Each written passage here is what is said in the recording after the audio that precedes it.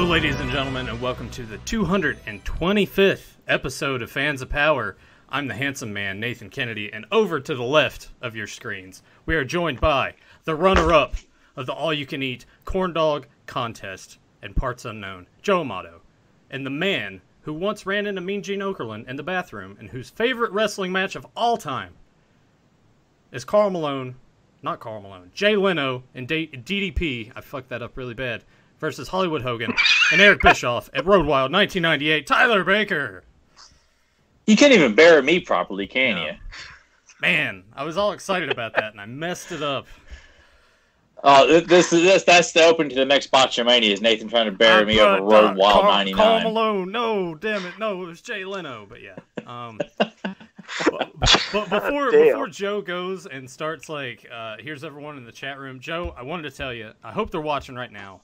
I went to my parents' house today because it's my mom's birthday. Happy birthday, Mom. Shout out to George and Teresa. And she was like, yeah, we watched your show last week. I was like, okay, right on, because they always watch it a little bit and give it a like and everything. And she was like, that one guy, and she knows who Tyler is, so automatically I was like, Joe? She's like, yeah, the mask guy. She was like, he says the F word so much, and I was like, damn, Joe done got my mom offended.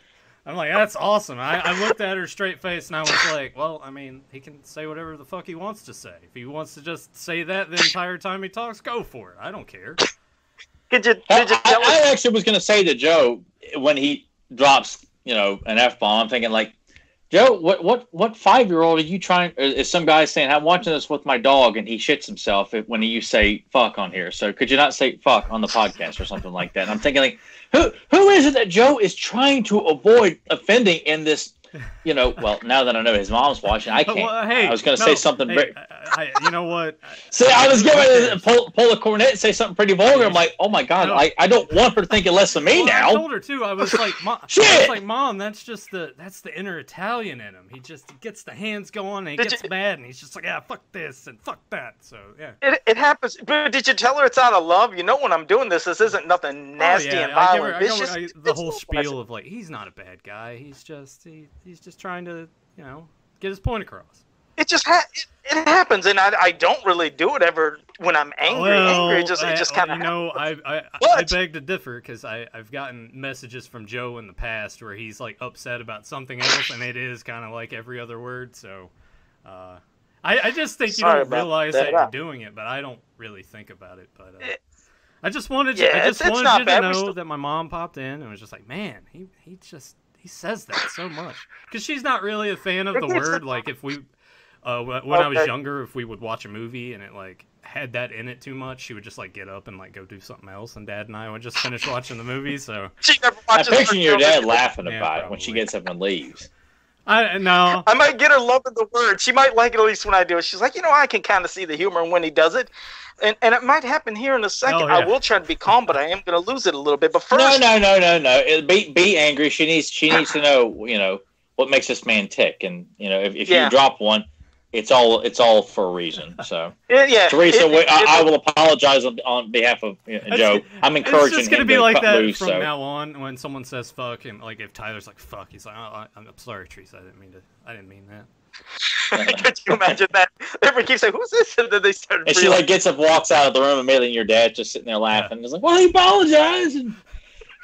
I got to get that guy a copy of Ghost Rider on full screen DVD. He's already got a copy of Ghost Rider on DVD.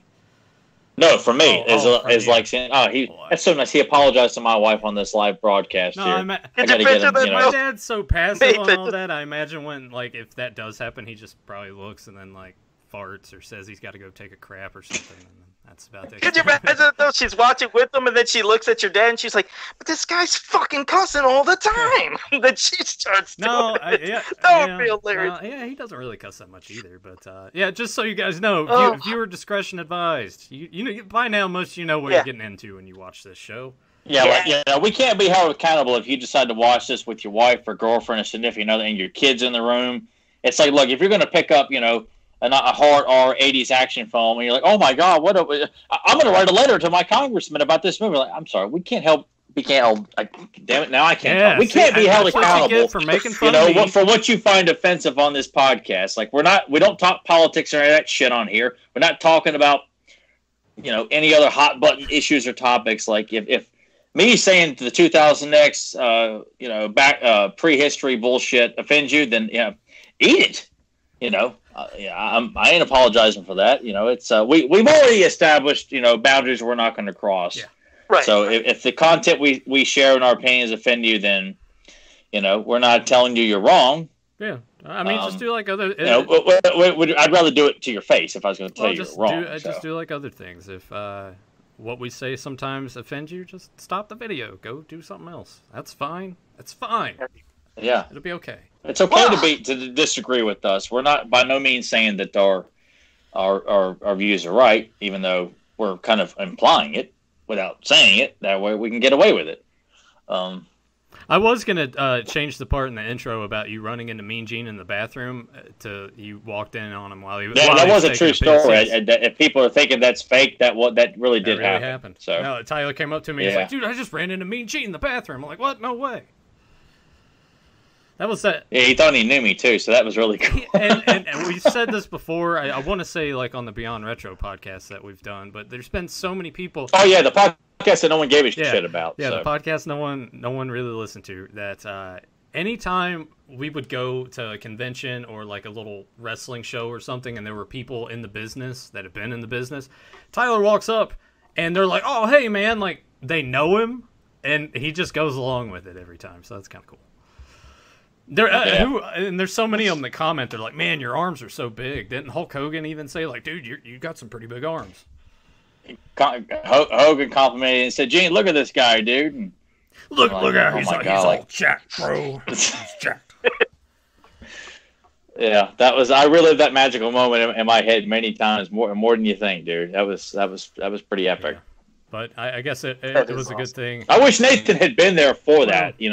That was the one day Nathan decided, I'm getting out of here. I got the hell out of Dodge, man. I was sick of like being crammed in there like sardines. It was starting to smell like stale ass and Cheetos. I'm like, I can't do this. I can't. You know. A lot of socially awkward people wearing black and sweating a lot. Yeah. So I'm a horror fan. What's your favorite horror movie? Scream 3. Well, that's nice, but no, you're wrong. Sorry. Anyway, Joe. Yeah. I love Rob Zombie's Halloween. Well, I mean, if you guys like that, whatever. It's a shit film. It's a shit film. It's a piece of shit. Halloween 2 was even worse. Anyway, Joe, go ahead. Acknowledge everyone in the chat room, and then you could go on your big, long rant about something. Well, I talk 100 miles an hour, so it might be quick. But, first, Adam Gabbert, Fedmon, Sportimus, Dingalorian, Zen Brown, Grimbot, Zentron, Darth Baka, JSP, El Tenda, and that, I think, and, Teresa Kennedy. Yes, Nathan, I'm watching. Here. Thanks She's for watching. the shout out. You better watch them out, Joe. Thank you for joining us, and I will be very nice when I speak right now. Joe, do you have some gospel music you can play behind you as you do your little rant here? Yeah, let me wipe. Yeah, I don't know, one of those like rags or something. Wipe my face, wipe my mask, even though you don't see sweat, but it's the implication. Oh Jesus! Well, here we go. I don't know if you guys seen, but I made a custom Stay Buffed, and it was a crossover of Stay Puft Marshmallow and Masters of the Universe form. Took a hell of a time to sculpt this head and outfit and everything, but I wanted the angry face. Came out good. I was proud of it. Shared it in a couple places. Actually got picked up by a Ghostbusters website, which surprised me, and they put it on their main news, and it's probably one of the most shared photos I ever did. But of course, like always, gotta get somebody that does it. Every time I do a custom, and this happened over on Instagram, somebody had to jump in and say, "Oh yeah, well, why don't you give credit to this person who created it?" And I was like, I don't even know who that. I said, first of all, I don't know who that is. I said, second of all, I don't copy other people's work. I said, crossover customs, that is something I've been doing for 10 years. I was like, but everybody's bound to eventually have somewhat the same similar idea. I said, so I didn't copy anybody. And then he messaged back and he was like, well, first of all, I don't know who you are. Who you are either. So I was like, nope, not going to do it like here. But message to say, you fucking are on my Instagram page. You're calling me out. You obviously must know who I am, but you're going to do that. But the thought of somebody saying I'm copying people fucking drives me insane because I don't copy anybody's work. All the shit that comes, it's right out of my head. Crossovers are something that, like I said, everybody has done. I'm not the creator of it. They aren't the creator of it. I don't own Ghostbusters, Masters of the Universe. So when you're taking two properties and making one thing, hell, none of us owns that shit. But when that happened, it just pissed me off because I get it every fucking time I do a custom. Like when I did E.T., somebody said, I did E.T., I was like, that's good. And I'm just trying to be nice. That's good. And then they showed their picture where they literally took an E.T. head, put it on a He-Man body, and said, there you go. I was like, yo, well, for my E.T., I sculpted the head. I gave the mechanism where his neck extends because of its like mecha neck. I said I sculpted the stomach, the hands, the feet. I went all out. And you know what? More power to the people that do it. That's great. But if you're going to fucking attack me, I'm going to come back. It just pisses me off, but I'm cool now. So that's my rant. It sounded like Joe was doing a rap. Like his hands are moving like he's he's the masked rapper. I'm just waiting for like some sort of like shitty, Eminem beat to come behind him, and he's, you coming at me, or some shit like that, Sorry, Teresa. I apologize, but I'm a good guy. I really am. It just happens. I do what I mean, look, that would be no different than someone doing repaints of classics figures to make them look like Filmation that, haven't come out in the line, and someone's like, well, I've already done that. Like, who cares? Yeah. I mean, really, who? Oh, people do that. I see some of those very lazy paint jobs because everyone thinks if they can paint something, then they're in the custom group, right. Whether it's with He-Man, Star Wars, Transformers, G.I. Joe. I mean, everybody thinks that they don't have to do much to become a celebrity. It's like, oh, he's got talent. Did you see what he did? Like, I when I see stuff like that pop up on social media, I mean, I'm not going to go after somebody because it's not important to me. But when I see that people trying to claim that kind of talent for not, I mean, I've done that and I didn't go out. I think people should be paying me a lot of money. I should be the one sculpting. And you know what? That's the other thing too. When it comes to a lot of stuff on the internet and like comment sections and things, like, all right, you have that ability to leave a comment if you want, but sometimes you just need to walk away and just let it be. And don't even say anything. Like, if I wanted to give my opinion on every single little thing I saw on Facebook, it would be horrible because I would just rip into everybody. I'm like, dude, if you see something you don't like, it just kind of ignore it. Just walk away. Dude, you don't have to stand up and fight for every single tiny little thing. That kind of shit will kill you. I mean, when Grimbot decides to comment on one of my cover photos, that was stupid. This was better. And I'm like, I'm not engaged in this horseshit. I just walk away. Hear that, Grimbot? He knows what I'm talking about, too. Well, Zen Brown said Joe just unloaded like Joe Pesci, and I kind of feel that way when Joe gets like kind of upset and starts going. He does sort of sound like Joe Pesci in like Casino or something. Yeah, he gets out of his car and says, "You said I'm bringing heat on you. Get this through your head." I can't go any further because I might offend somebody. But he's Joe acts like a lot like Tom Arnold too, the way he's just kind of flopping around in his chair and doing this. If you see that skit of Chris Farley doing an impression of Tom Arnold on Saturday Night Live, that's how Joe acts. He's jumping out of his chair and moving back and forth. And, just can't help but use the hands. But when he does this, we need to have Nathan play Rough Riders in like the background while Joe's doing his kind of venting session. That would be awesome. You know what? Because I've started to look into stuff, and I can fix it to where I can import it and have something playing. I won't be able to hear it in my headset, but they will be able to hear it out there. You guys won't be able to hear it either while we're in the call, but the listeners will. So maybe I can find some sort of like generic thing and set that up next time Joe starts doing it. He won't even know that I'm doing it either, and I'll just start. Won't even know what's going on. Oh, that's great. It's got to sound like some really bad rap music. I can do because that. We associate Joe from the streets. So I can do that. I can't help it. Like I said, I've been talking with fans for years. It's just that's what the family does. No. But this is fun for the listeners and for me. So. You gotta have some entertainment, but for your mom, for Teresa, just to let her know. Yeah, when I say that F-bomb, it's always usually out of love and fun. It's never derogatory to like insult people. Yeah, I mean, because how else would you take that wonderful American word there? It's, hey, you little fucker, we all know mothers across America. They want respect from that word. It's. I remember one time, it's a quick side note, but I remember when my niece drew a little picture when she was real young, and my sister showed it over to me, and she walked away. I was like, that little fucker can't draw. I just talked to Fitch. She's like, how could you say about your niece? I was like, I'm just messing. But really, though, I know Teresa like, Nathan, I don't want you playing with him anymore. All right, we're done. Okay, so whenever you want to go into the first topic, what do you want to do, Tyler? You want to do the commentary first or last? Oh, God, we got a packed schedule here tonight too. We got so much stuff to get into. So you know what? We'll go and do the commentary. That's the longest part. So we'll go ahead and do that one. Okay. Link is down below. You guys can go ahead and get that clicked on and set it up. And I guess I can go ahead and segue a little bit. Tyler gave me a plethora of episodes to check out, so I have been sort of taking in a lot of She-Ra episodes the last week and a half. Nice little handful. I actually made another list for myself because I started looking up other sort of one-shot villains. I'm like, what episode were they in? And I started, this one's going to have Seahawk in it too? Okay. And then I just kept going and going. I haven't watched any of those yet, but I have a list right here of 8 episodes that I just put down myself. So I want to thank Tyler for giving me some of his personal favorites, and he gave me a few of his personal favorite Master Universe episodes to check out as well. So I've just been absorbing, taking in a lot, buying more classics, burning money. Money's just flying out of my wallet right now. But it's okay. And no one else is saying anything. I'll just Tyler looked like he's about ready to say something. Well, no, I'm letting Nathan say it because it emphasizes the point. One of the episodes, and it was good for Nathan to go back and watch a lot of episodes that me and Joe have done commentaries for, and he watched it with nobody's influencing or saying anything. Watch this part. He's watching these particular episodes, and he's getting why they're good. I didn't tell him why Huntar is good or why Seahawk's good or Unexpected Ally.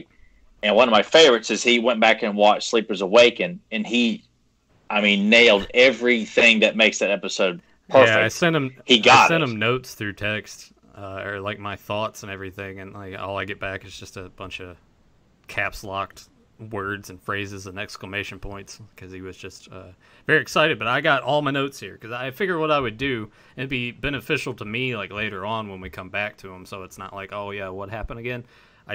I have a little notepad thing over here, and then when I watch, I got the episode over here on the monitor, and then I got it clicked on there, and I can type without looking at my hand. So I'm just sitting there doing that as I watch and taking notes the whole time. And it's been cool. It's been a lot of fun to just really absorb it. Little things, questions that I'm kind of thinking as I'm watching it that, especially in this one, I'll go ahead and toss a few your way, and you guys can kind of converse in the chat and give your opinions as well. And yeah, I guess without any further ado, since we got it all loaded up, Tyler, give us a countdown. We'll get going. All right. Oh yeah, this is a Stone and the Sword, by the way. We didn't. You guys can see it in the thing, but we'll say it here as well. Why did you pick this one in particular this week? That was an episode I'd recommended to Nathan, and he genuinely liked it. And we hadn't done She-Ra in a long time, and it's an episode I saw as a kid. In fact, this just worked out good, is I got the very VHS that I used to watch the Seahawk, and Duel at Devlin all on the same VHS tape, which is a hard-to-find She-Ra tape here in the States. And I found one copy last Friday. Move that a little bit and bought closer to your face, because it's kind of... All right, yeah. Shift it. Oh, there we go. Over a little more to the... I guess you're right. There you go. All right. All right, yeah. You see it on eBay. And I've only seen it less than a handful of times on eBay, and it's got 5 episodes. It's one of those magic window tapes that would have 5 episodes on it. And they did a couple with He-Man, and I think just one with She-Ra. And they were a gem because most tapes had 1 or 2 episodes. This had 5. And the back's got pictures from the Seahawk episode of Katra and Sven with one of the Seahawks crewmen. But I've only seen this, I think, maybe one other time on eBay, and I found it right before me and Nathan to do I said, hey, let's do some of this. I don't think Joe would have a problem with that. So I bought it. And I was like, I'm going to share this on the podcast because it's a really hard to find VHS. I was so proud that I got it. So I'm going to put that on display at the proper time there. But it's just it's a good episode. I didn't appreciate it as much as a kid. I loved it more as an adult because it's more about good storytelling and not necessarily it's who's in this episode, right. Which is kind of a higher selling point for me as a kid. So, and But the episode speaks for itself. And at one point, I may give a call out for you guys to give me timestamp, because I imagine I'll get hit with ads where I'm logged into the Fans of Power account on here. But I hope you guys have it loaded up in the chat room, and when you guys watch this later on, hope you got loaded up. Tyler, countdown. We'll get going. 3, 2, 1, action. One note that I definitely made it a point to write down. I love the music in this series. Like, there's some similarities to Masters, but it's got a lot of stuff too that sets it apart, makes it unique, and it's got like the funkier bass line stuff throughout, and I always gravitate towards that kind of music anyway. There are certain pieces in this series I absolutely love, but I hate the re-recorded stuff that was done. Like Skeletor's theme is redone for this show, and it sounds terrible. It doesn't sound as menacing.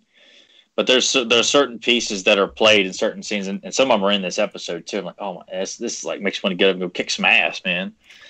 So it's but I think it's cool that Nathan noticed stuff like that. You know, Joe, how come you don't notice stuff like that?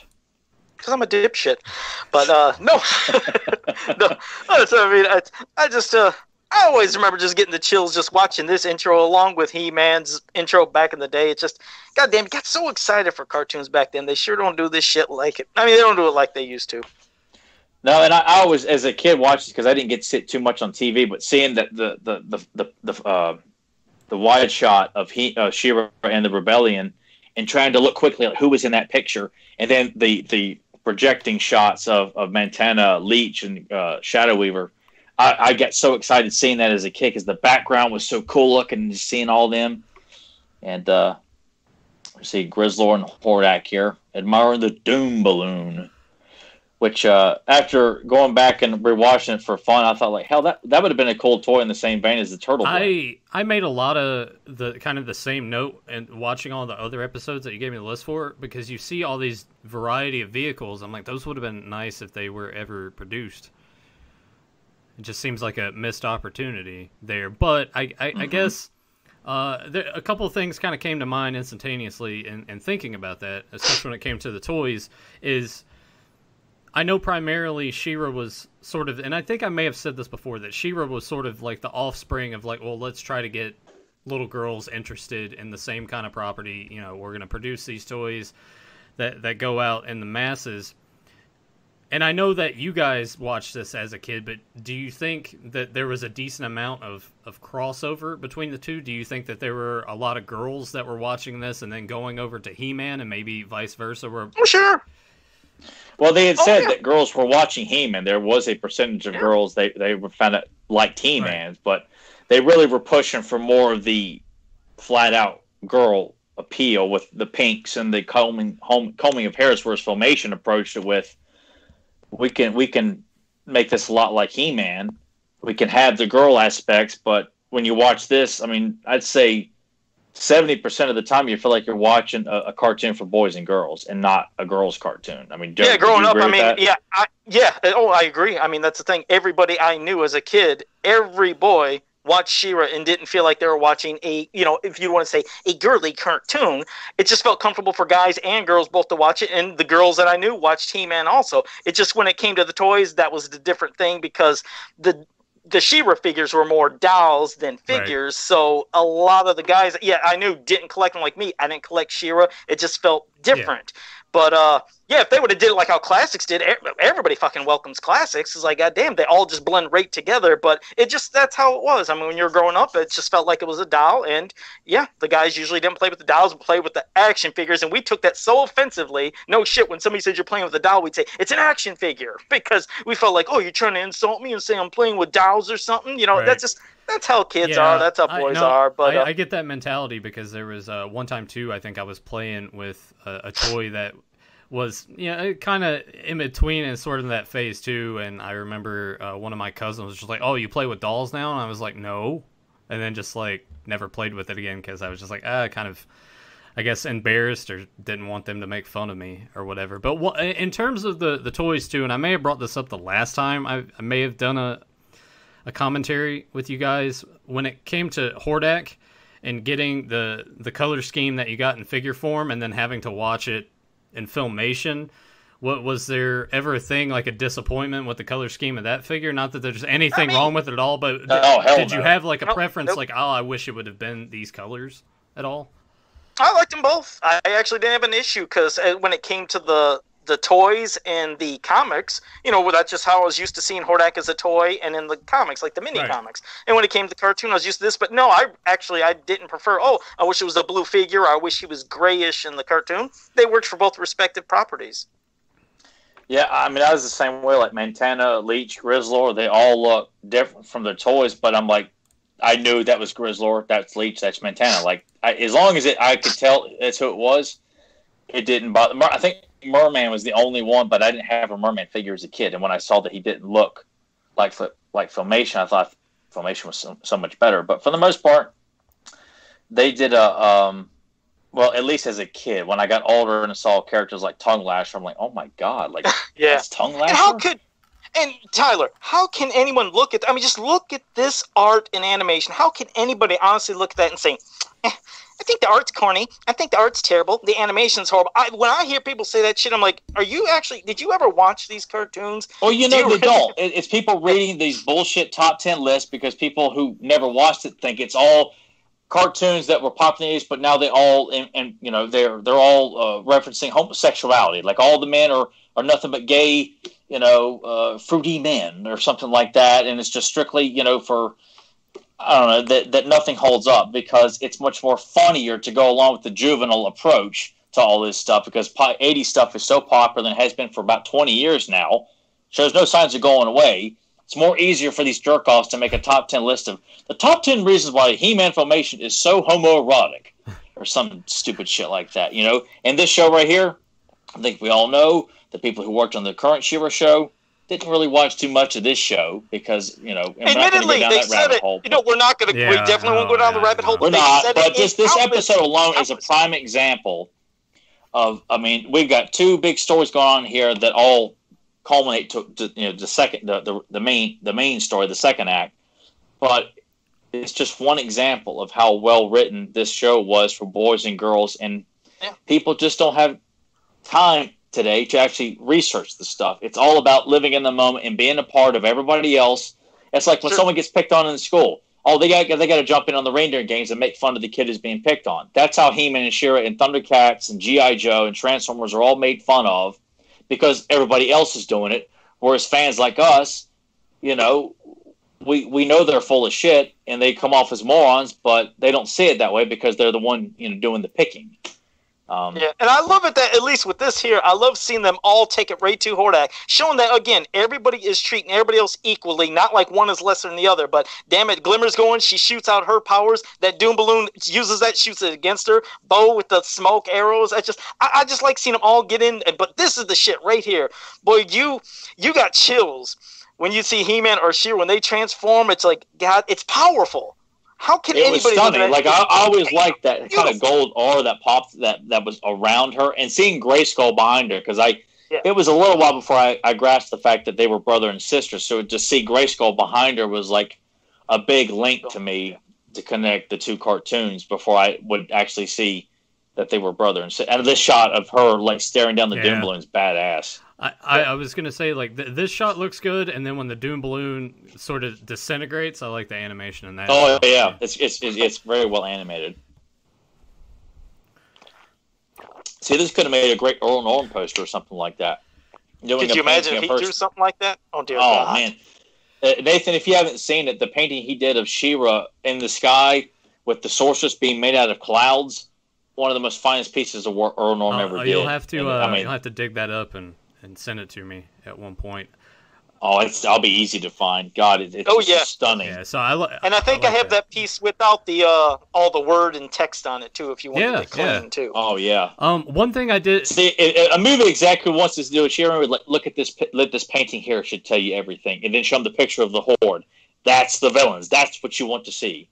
I had one thing in my notes, and I don't know if it's something that maybe people just watch it and don't really think about it, but since it had been a long time, really, since I've kind of sat down and watched hardly any She-Ra, when it comes to Hordak, do you think it can be a little off-putting for first-time viewers with how much he just like snorts and things, because when it comes to Skeletor, you don't get as much of that like as he's talking. First time people, maybe if you got used to it, I mean, you're used to it. But like I said, that was something at one time even slightly irritated me. But I understand the context of what it's supposed to be, that pig sound. Yeah. But yeah, I think people get over it. Now this part was fucking crazy though, because when you see Nadora, it's like, wait a second, she can't transform. That was scary as a kid. As stupid as it sounds, just a simple crack. That was freaky. Well, because they do it like this, and then they hang on it, and then it fades to black. So, you know, commercial break. And I had it there. I'm like, I can't imagine being a kid watching this on a Saturday morning and seeing that, and they're like eating their bowl of cereal, and then they just stop.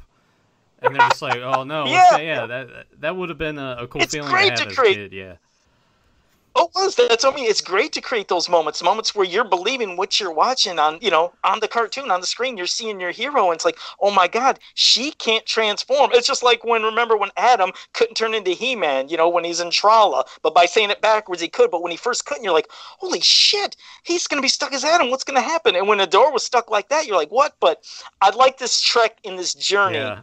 That we get with her here. This is beautiful. Which is why when I start, I'm like, oh, this is why Tyler likes this episode, because he always gravitates towards those episodes that always involve some sort of trial to overcome to reach a goal. Sure. I mean, it's something that's been done a lot, but damn it, they make great stories. Like that's the same storytelling device that's been used in movies and television shows and comics and stuff for many, many years. And if done right, it's unforgettable. In this episode, I like this, sequence of them mocking Bo. It's just, it's great villainy here. But this episode, like, I feel like it's a good portrayal of Cowl. Like, Cowl is never like lumped in with the sidekicks that get on people's nerves. And I take offense to people who don't like Orko and Snarf. But Cal, like, I would love to have like Cal hang out and like in a he's just such a lovable character and very loyal, and he's just a fun character too. Like he's just and how important he is too. Even his role is part of the Great Rebellion of what he does. Yeah. Not only to give intel like he did at the beginning, but as you're going to see when Adora would need help.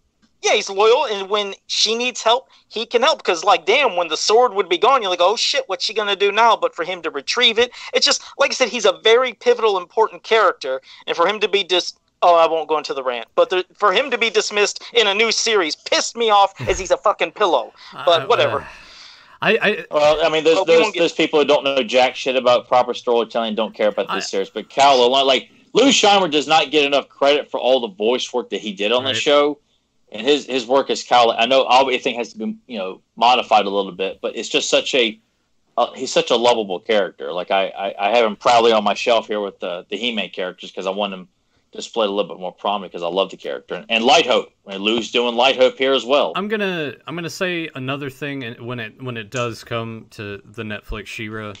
I think if it just would have been a new IP with new characters and called something else, it would be fine. But to like go in here and change so much and just basically suck out all the meaning to it in a way, and like I don't know, it's a colossal no thanks for me. I can't believe I watched as much because of that as I did. Thanks, Joe.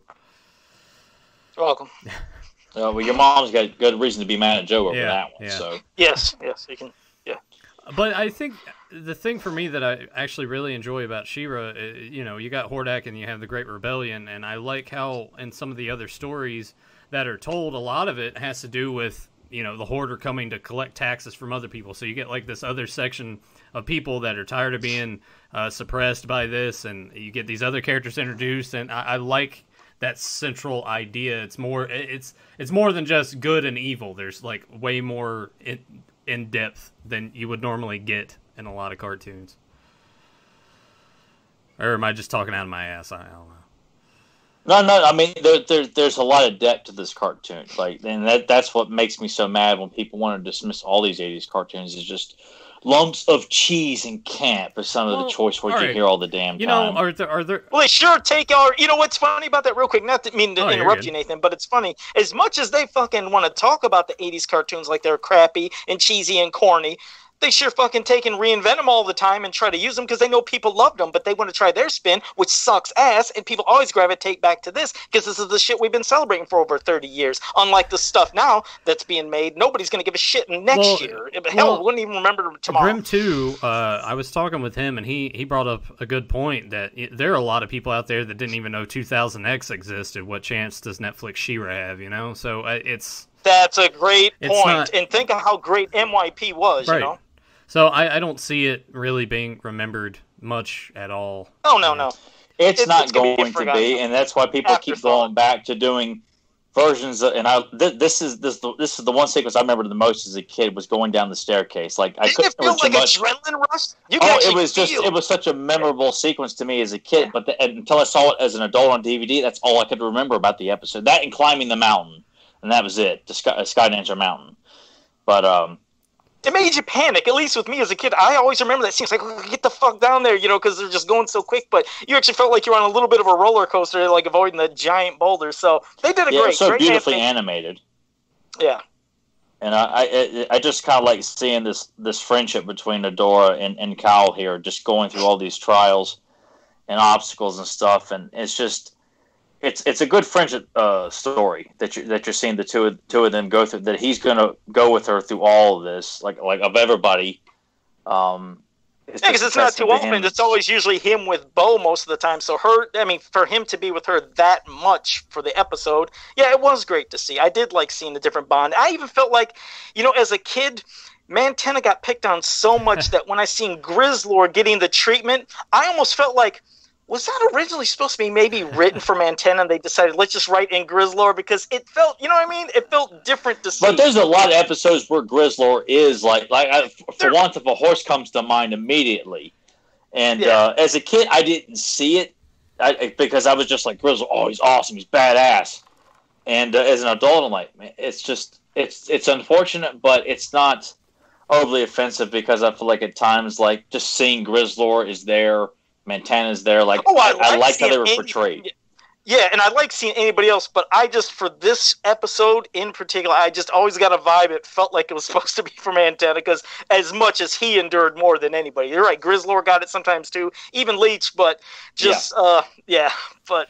Yeah, this is just, it's a great episode, and it also shows a lot of character building that they say we didn't get. Remember, this is something you never got in the original She-Ra cartoon. Maybe you got it in Secret of the Sword, but throughout the series, you never seen character building or anything different with the characters. This fucking proves everybody wrong. This is at least one of them. And I actually think that the series got better as it went along, not necessarily season 2 as much. But that first season after Secret of the Sword, like there's some, really well written episodes after Secret of the Sword. And, like the dialogue and the voice acting got better. I think. And you can kind of see too because this is coming out a little bit after Masters had already started. You can start to see some of the gradual improvements with the animation and like the shadowing and everything. Like this shot right here of her walking into the fire. God, that's badass. No, they were definitely beneficial of getting more of the animation because you're right. That's as He-Man ended, so She-Ra got the benefit of getting more of that. But Masters of the Universe, they got some more animation as well when it got into season 2, and I'm sure if they would have went to season 3, we would have got even more of that as well. So, but no, this is beautiful. Like you said, all the different. I did always like the shadowing, and when I'd see that in an episode of Masters of the Universe, that was always really noticeable because you weren't used to seeing it too much. I'm not saying it didn't happen a lot, but certain episodes you would just see it even more, or at least notice it. And we're watching this as adults. Like we're picking up on details we didn't always pick up on as kids because we're looking at it from the most simplest perspective. And I know, like when we had Robbie London on, I'm telling him how great Diamond Ray is. Like, it's a shit story, man. Like it wasn't that is good, fucking kid. Crazy. I know from adult writers are not really putting that much thought, but I feel like there's some episodes they put more thought into it than. But then again, along with them and the animators and the editors and who are adding the music to certain scenes that amplify and intensify the situation, just like the banter between Hordak, like mocking Bo. It's just extra flavoring on a great pizza. It's like adding another fun-loving topping on this, and there's so much more to it that they may not have intentionally tried to write more, but all together it's one hell of a I like pizza. that part too, where he's basically just like, oh, she can't get in here, and then she just punches through the fucking floor. Mm-hmm. And Melindy Britt does a great job of being very confident in this scene. Like I would have much preferred that she knocked the shit out of the Horde troopers and then pick Grizzler up and throw him instead of just jumping out of the way. I guess they felt it was. And this is a good part too, where like the one-liners that she gives throughout this bit work. Just from the delivery standpoint alone, it doesn't sound like. It doesn't make you want to roll your eyes. Doesn't sound too cheesy. And back to Joe's point about, are there some kind of cheesy and corny things in these cartoons? Of course there is. Like there are moments, of course. I mean, there's some episodes that are nothing but that. But I love what we were just saying right there, all the voice acting, especially when it comes to Melindy Britt, to how the way she portrays Adora and She-Ra as two completely different people. They sound like it and they feel like two different characters. And that's something that, again, they did back in the day, was doing voice acting. It wasn't just people using their normal voice to talk and do that character. That's not voice acting. That's you fucking talking and doing the role. And nothing. I was going to do another rant, but not going to. Well, and here, George DeCenzo laughing.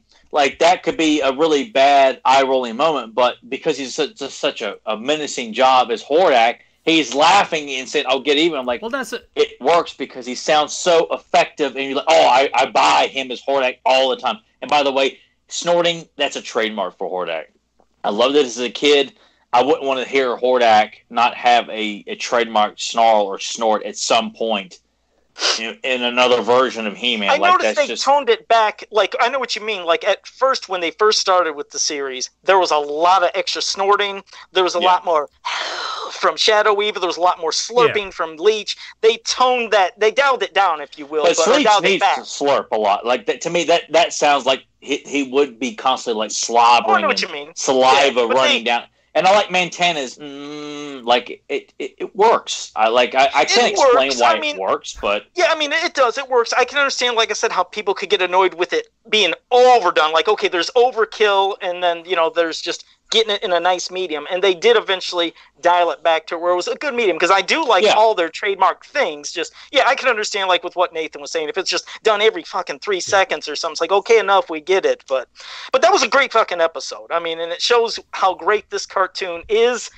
And not just, I was going to say was, but is, because you can always go back and watch this and still enjoy it, any of the episodes. And just like we said, sure, can there be corny things from anything? Yes, but it's not a terrible cartoon. It was loved enough to where some people tried to bring it back and just, they didn't know anything about it and it was a pile of shit, and that's why it won't be remembered. And that's why I'm going to say it now. The new She-Ra, you hear fucking Adora and you'd hear She-Ra, it sounds like the same fucking person. And there's no emotion, there's no caring and love and voice acting in their characters. It's all just them talking. And the same thing with Bo. As much as that voice actor Marcus Scribner wanted to mock the original Bo's voice acting, I was like, yeah, he's doing voice acting. You're talking, and your talking sucks ass. But that's it. I won't talk about that shit. I think this is why we avoid watching episodes of She-Ra. I did it once. That's it. I'm done. Well, no, I think I enjoy stomping all over that piece of shit cartoon, and I think it's good to remind everybody that we do think it sucks. It will always suck. And we're not here to antagonize people who genuinely liked it or thought it was okay. Yeah. But damn it, we're going to say we hated it. It was a piece of shit. It was a brown skid mark stain on the reputation of She-Ra, in my opinion, because you could pick 3 episodes from this series. I mean, that would rip it a new ass in terms of quality. Hell, I give you 1 episode. This episode alone destroys any credibility that the writing staff had. That maybe they're more fitting for writing something else. But She-Ra was not their forte. That's what I'm saying. It should have just been a new IP.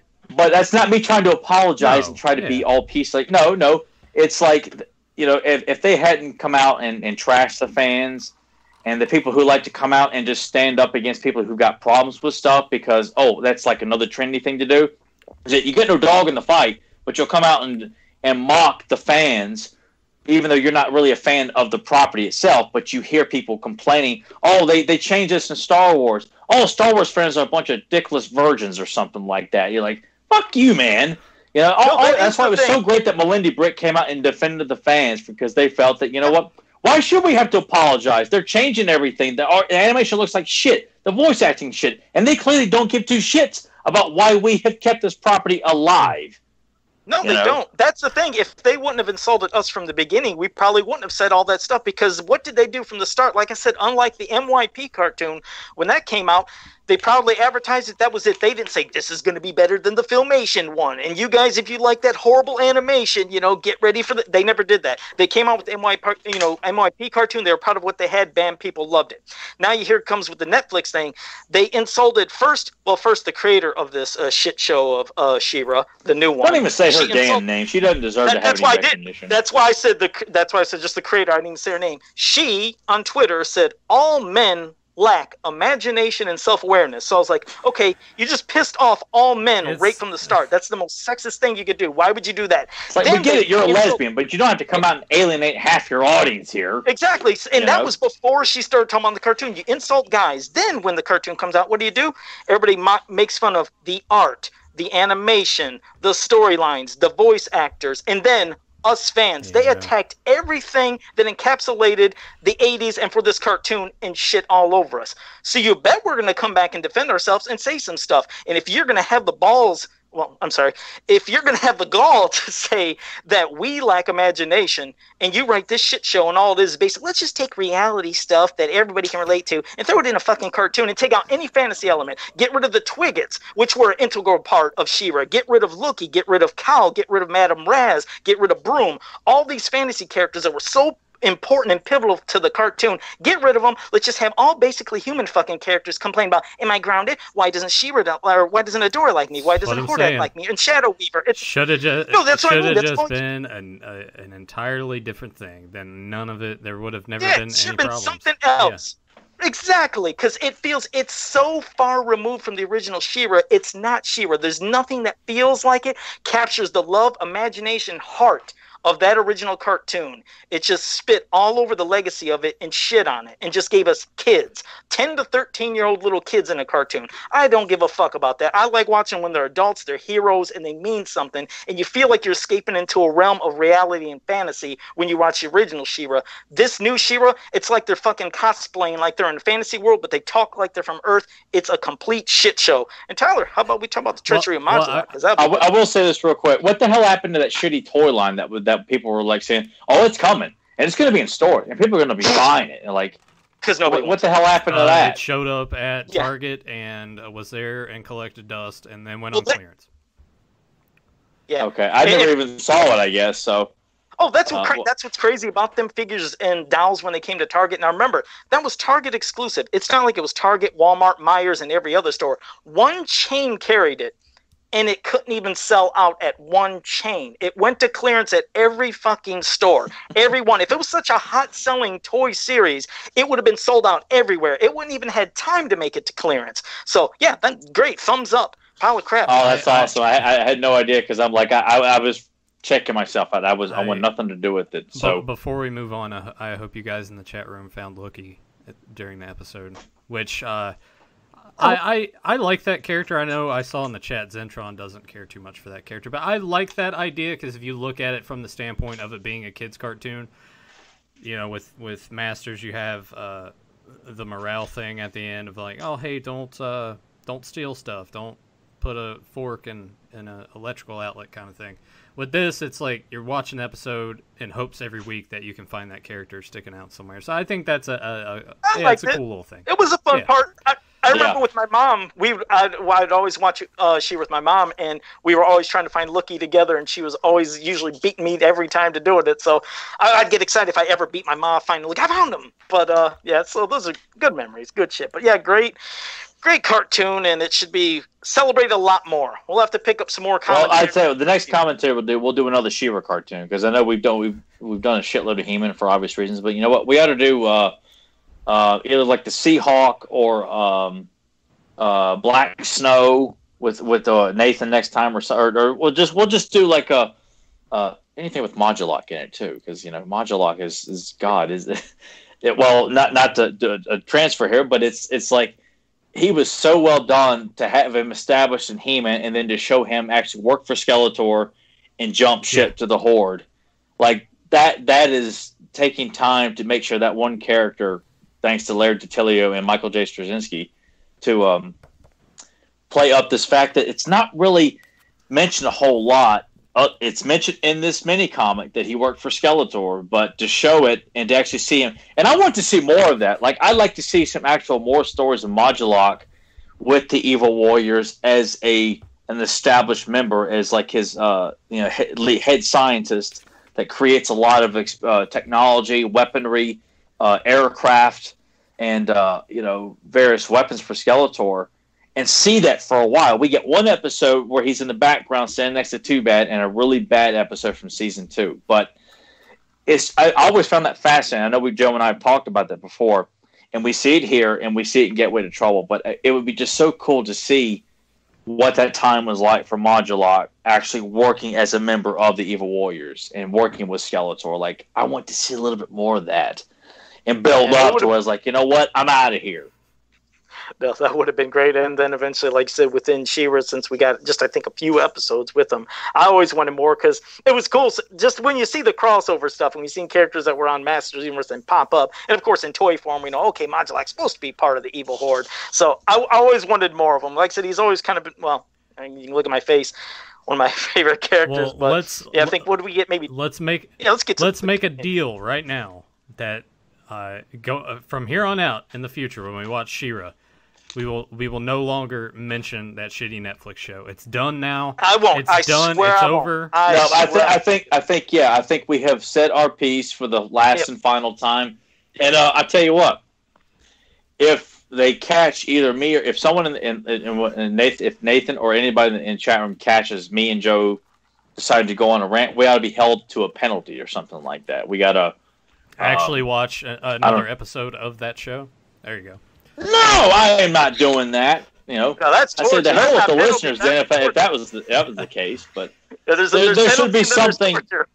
Yeah, I don't know. I feel like we will be held accountable. We can issue a public apology and $500. We will let them pick the next topic of discussion if we were to screw up or something like that. Like if we were expected to talk about the McDonald's Happy Meal toys for a good 10 minutes, so we can talk about which one was our favorite. But then, if we make that mistake, but then you'd run into the thing of like we're gonna get topics that Tyler doesn't want to talk about at all. Like, well, then it's on their head. If we give out the opportunity for a listener to decide for us what we talk about, it is on their head. I got it. To give us something. I got it.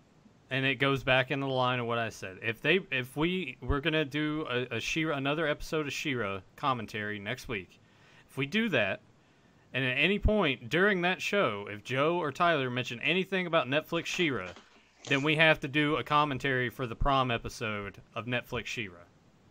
Ooh, whoa, new. There we go. It's done. Well, I have a really bad case of diarrhea that day. I'm sure. You can't back out. I feel like that would be a good way to keep you guys from talking about it anymore. I agree. I won't say it, and I know that. I don't know if it's next week. Are we going to have Kevin Sharp back? Because I know.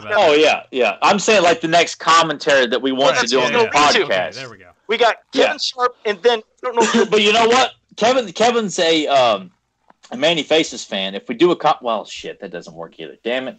Backtracks for me. I was going to say, all right, never mind. Like I said, not the week after Kevin Sharp, but the week maybe 2 weeks after Kevin Sharp, because I think we'll get James Etok back on. He wants to do commentary. Let's do Gateway to Trouble. Yeah, Gateway to Trouble. It'll have She-Ra, and it'll be about Modulok. Well, even though I was going to say, I'm just saying we've already done a Gateway to Trouble commentary. Should we do that again and bring James on, or you want to do one we haven't done?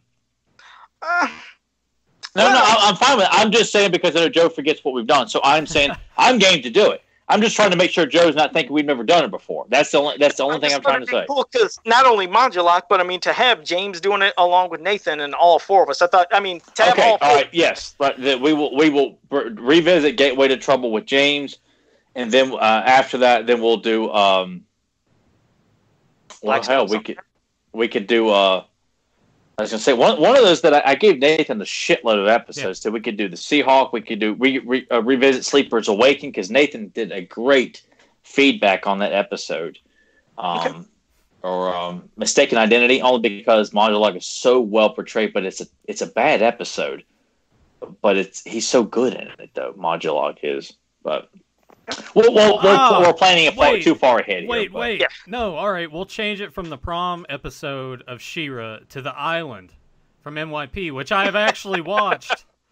That's what we'll do if they bring Netflix. Yes. We need to let everyone know that Nathan decided, out of curiosity, morbid curiosity, I checked it out. So that will be the plan. If they bring up Netflix She-Ra at all anymore, period, really, then we'll do the island commentary. It's no longer being used as we're officially out of ideas. It is our punishment for saying, like, I'm sure people are just tired of us hearing us bitch about it. It's over. It's done with. It's a dead cartoon and toy line. It's never coming back. No one gives a shit. So why should we anymore? So yes, I will raise my hand up on this right here, and that yes, if me and Joe bring it up, if Joe brings it up, I will follow suit and watch that piece of shit episode because of Joe. And if I do it, I will apologize, and we will have to sit down and watch the island together. Yeah, and then if at any point after that you guys do it again, then we do the prom episode. Which I only say that one because that's the one when I had to watch season 1 to talk about it with Joe. That was the one where I was just barely hanging on anyway, and then when that episode happened, I was like, God, how many more episodes are left? 5? Put a bullet in my head. Please. But anyway, the Treachery of Modulok was packaged with Thunder Punch He-Man and the Modulok figure itself. At least that's what I had in my notes, what I saw in the research. That is correct. That is correct. Okay. My thoughts initially when I was reading this book, and the thing that's going to kind of stick out is when we do mini comics, you know how we always talk about. Let me go ahead and flip it to this screen. Oh, and Tyler's camera's all. What did you think of first when you seen Modulok? What was your first thoughts of seeing this Modulok looking like that, Nathan? Definitely different from everything else that I've seen, because when you see him in Filmation, there's not two heads. You know, you have a scientist that transforms into what we have on Joe's face, and he's just sort of like a standalone character, not the multi-armed kind of deal going on. So it's definitely, and you know, I went into it looking at it like I've seen the action figure, so I knew what to expect. But when you see it here, shorter too, as well, and just kind of like short and like stretched out, so automatically it's kind of weird. And I was saying before that it's kind of the opposite, because when we go into the mini comics, I'm always looking at the art, right? So the art always stands out to me first, and then we'll see how the story is. And this comic in particular is kind of the reverse. Larry Houston did the art, and when I'm going through it, I'm like, well, this one's not the strongest. And actually, the scan for the book is actually kind of different than the images that I got on the org. The images I got here are a little crisper. So I'm looking through this, and I'm like, all right, well, you know, I'm not, the art's kind of hit and miss, but I like the story a lot. So that's where I get into the reverse aspect of it, where it's usually you're there for the art and the story's kind of secondary. Here, it's the story's kind of taking more advantage of. And now Joe's camera's all over the place, so I get to mess with camera. Okay, I get to mess with cameras while I'm trying to talk here. So that was the one thing that stuck out to me, and I was like, well, why is the art kind of like this? And it turns out that the Horde wasn't originally even supposed to be in this, so Larry Houston basically had to just completely redraw portions of it, which is why it kind of looks the way that it does, I'm assuming. Which parts was it that you said maybe you weren't a fan of or thought was different? Well, it's just as you're going through it, all the characters, like, in parts just seem kind of, like, it looks hastily drawn in a lot of parts. So that's when I kind of saw that section at the bottom, like, oh, it kind of makes sense, because I imagine he already had it done, and they're like, no, let's do this instead. And he's like, ah, shit, I need to go back and just change all this. But the one that sticks out to me in particular, and I'll get to the screen that'll go through all the different pages for you guys here in a second. But the shot where we got Roboto and Fisto, Many Faces, and Mechanic and Stratos and Buzz-Off, and I'm assuming is that supposed to be Cyclone? That's kind of the... Yeah, Cyclone was colored with like flesh tone colors. Even in his own mini comic, Spike Horse Strikes, where he's featured prominently, he's given a different color scheme altogether and flesh tone. Yeah, so it's just a lot of parts like that I'm looking at, and I'm just kind of like, but there are a few like decent parts to it. But I'm kind of curious because I don't know if Modulok is in other mini comics, if he sort of took on the same sort of like squatty, stretched out appearance. He is. Okay. He is. He's only in a few of them. He's in Menace the Multibot, and he's in the I'll say, that famous episode where Joe couldn't remember what the hell the Slime Pit mini comic came with. He's in that one too. Oh, is that the one where Joe and I were doing the episode and you messaged me during the show and was just like, no, this is what the deal is. Yeah, Modulok's in that one too. He's not like full size, but he's in that one too. So he's essentially smaller though. And I mean, obviously, a lot of the stuff that was done in the mini comics is based on kind of three, I think, right? I mean, I think it was just the Treachery of Modulok, Escape from the Slime Pit, Menace and Multibot. You're right. And then I think when this Modulok, if I'm not mistaken, I think is based off of some of the early concept art, right? Too. Yeah, right? That's kind of how most of these are anyway. And I think that's kind of why Cyclone looks the way that he does too.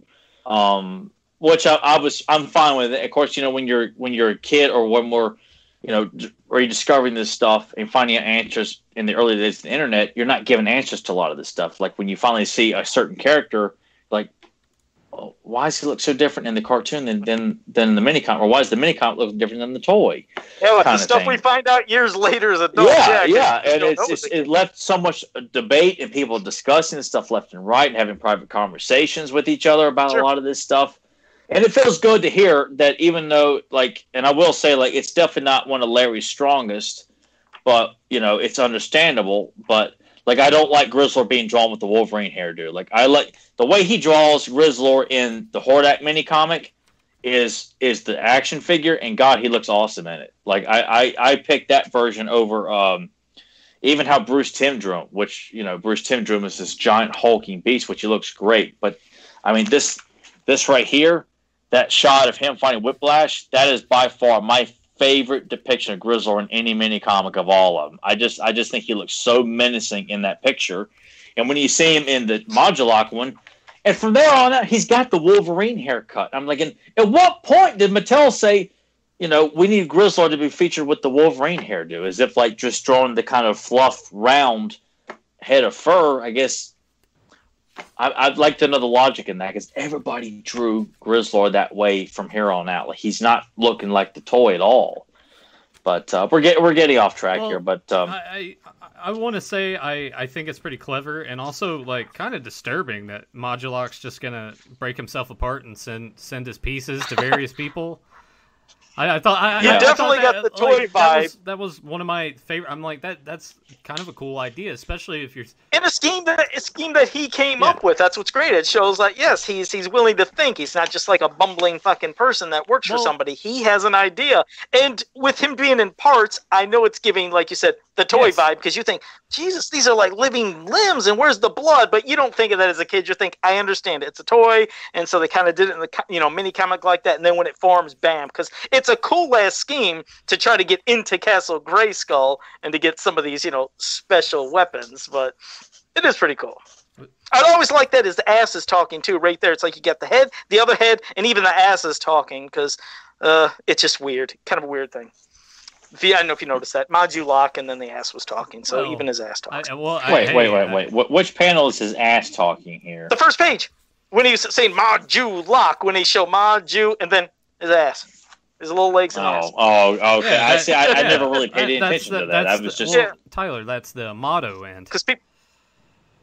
you know what? That's the perverted side of Joe. Mrs. Kennedy, there you are. We have Joe the pervert on the podcast here. I have people said I always talk out of my ass, and when they seen that, I had somebody specifically say it one time, so I get it. But yes, and Mrs. Kennedy, Teresa, again, thank you for watching and everything, and I'm glad you enjoyed it, and we didn't offend anybody. But and I always like the top panel here is because it's in the Hordak mini comic too. Actually, seeing them hanging out at the Fright Zone like they're playing chess, like you kind of figure that's what masterminds do. Chess is a game of strategy and things like that, and to see Montana is playing a form of chess with Hordak at the actual toy version of the Fright Zone. I just thought shots like that are cool, like to actually see I mean, obviously you want to use the toy version, but it just left me wanting to see more use of the Fright Zone placed in the mini comics, because it's used sparingly. When it's used, it's not used very competently. It's like in the Leech and Montana mini comic, but I just like, and then you see at night like Modulok's coming up and Montana senses it. It's a cool shot. I just always like that. Yeah, the thing that for me, even as a kid, it's not to nitpick, but it's just kind of annoyed me. I always wondered, how'd they know about like this, shit? I used to always think, how'd they know what's in Castle Grayskull and where it's at and where to go? But I know that's just a comic. It's just establishing a story. Just, go with it. But it really irked me as a kid every time I see it. I was like, oh, fuck, they know what's in there and which one to take and what it's going to do. But again, I know it's a story element. It shows the power of some of, I guess, the things that are in Castle Grayskull, these special weapons and all the secrets that, we know nothing about. But just to show I kind of feel like, though, like you could get away with that in the first 2 years of the toilet, but by that point, Castle Grayskull was featured in almost every book.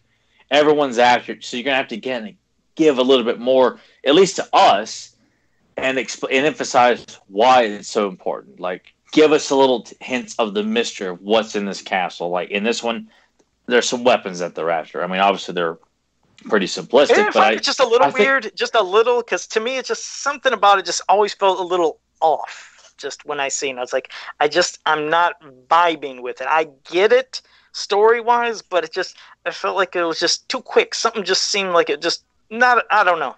Something just didn't I do kind of feel like, because I think a lot of the cartoon, like they'll have a few random things. Oh, in this part of the castle we have this one. Really, it's kind of like it's the sorceress guarding it. It has secrets. We don't know the secrets of it, and I think it's good that we keep it like that.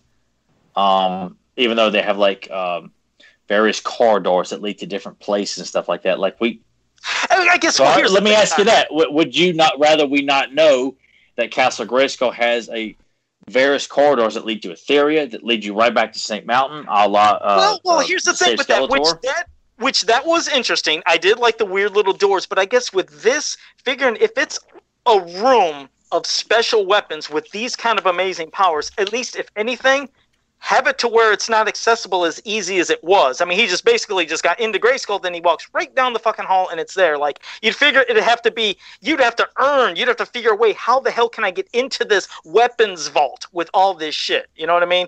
That's where it just felt too easy. I got in Grayskull, here's the weapon, let me get the hell out. I like the thought of there being weapons, but you getting to them that easy just felt like it should have been harder. Obviously, it should have been behind some more mystical walls, doors, something. I just felt like the access was just well, again, like I said, too easy to get in there. Well, would you kind of? I can't argue that. You kind of want to go into the direction of like maybe there are more protectors that are sort of dispersed throughout to kind of protect certain sections that they have to kind of go through. Times when Like, I think of like the Secret of Grayskull, like when Skeletor successfully gets in with Clawful, Whiplash, and Cobra Khan, like there's spirits in the castle that are like the sorceress kind of disperses, like she uses the castle to her advantage. I mean, she is a sorceress. Would you when we're saying like spirits, would you in your head kind of think that that's maybe like other fallen warriors in years past that like fought for the side of good, or no, I wouldn't go into that. I would pretty much just essentially the castle is meant to illusions, because the castle itself is meant to scare off intruders. Like it looks like a place that you would not want to go into. Like that's kind of how it's introduced to us. Mechanism. Yeah, it's defense mechanism. Yeah. So you break into this castle, it's like you're going into a haunted house, and I would think you're there trying to scare out the intruders. So. Outside of traps and things like that. But you got to think that, from the people that have tried, and let's say they try and obviously don't succeed, because that's kind of what we're used to in this sort of universe, that even if they were imprisoned, you would imagine at some point they would escape or something. Wouldn't they go and kind of dispel those secrets of like, hey, they'll try to have these to scare you, but don't worry about that. It's going to not really pose any threat to you. I think that's why I guess I would ask, would you prefer it to be like the haunted spirit sort of aspect, or would you want it to be like actual physical people or creatures, whatever, inhabit to protect it instead? just the haunting aspect, I think, works great. And along with the combination, and not only that, I mean, you got to think of the toy. I mean, think of the traps the actual play set of Castle Grayskull had of its booby traps that were actually put into some of the stuff that we read early on, with, like the record book and even the coloring books.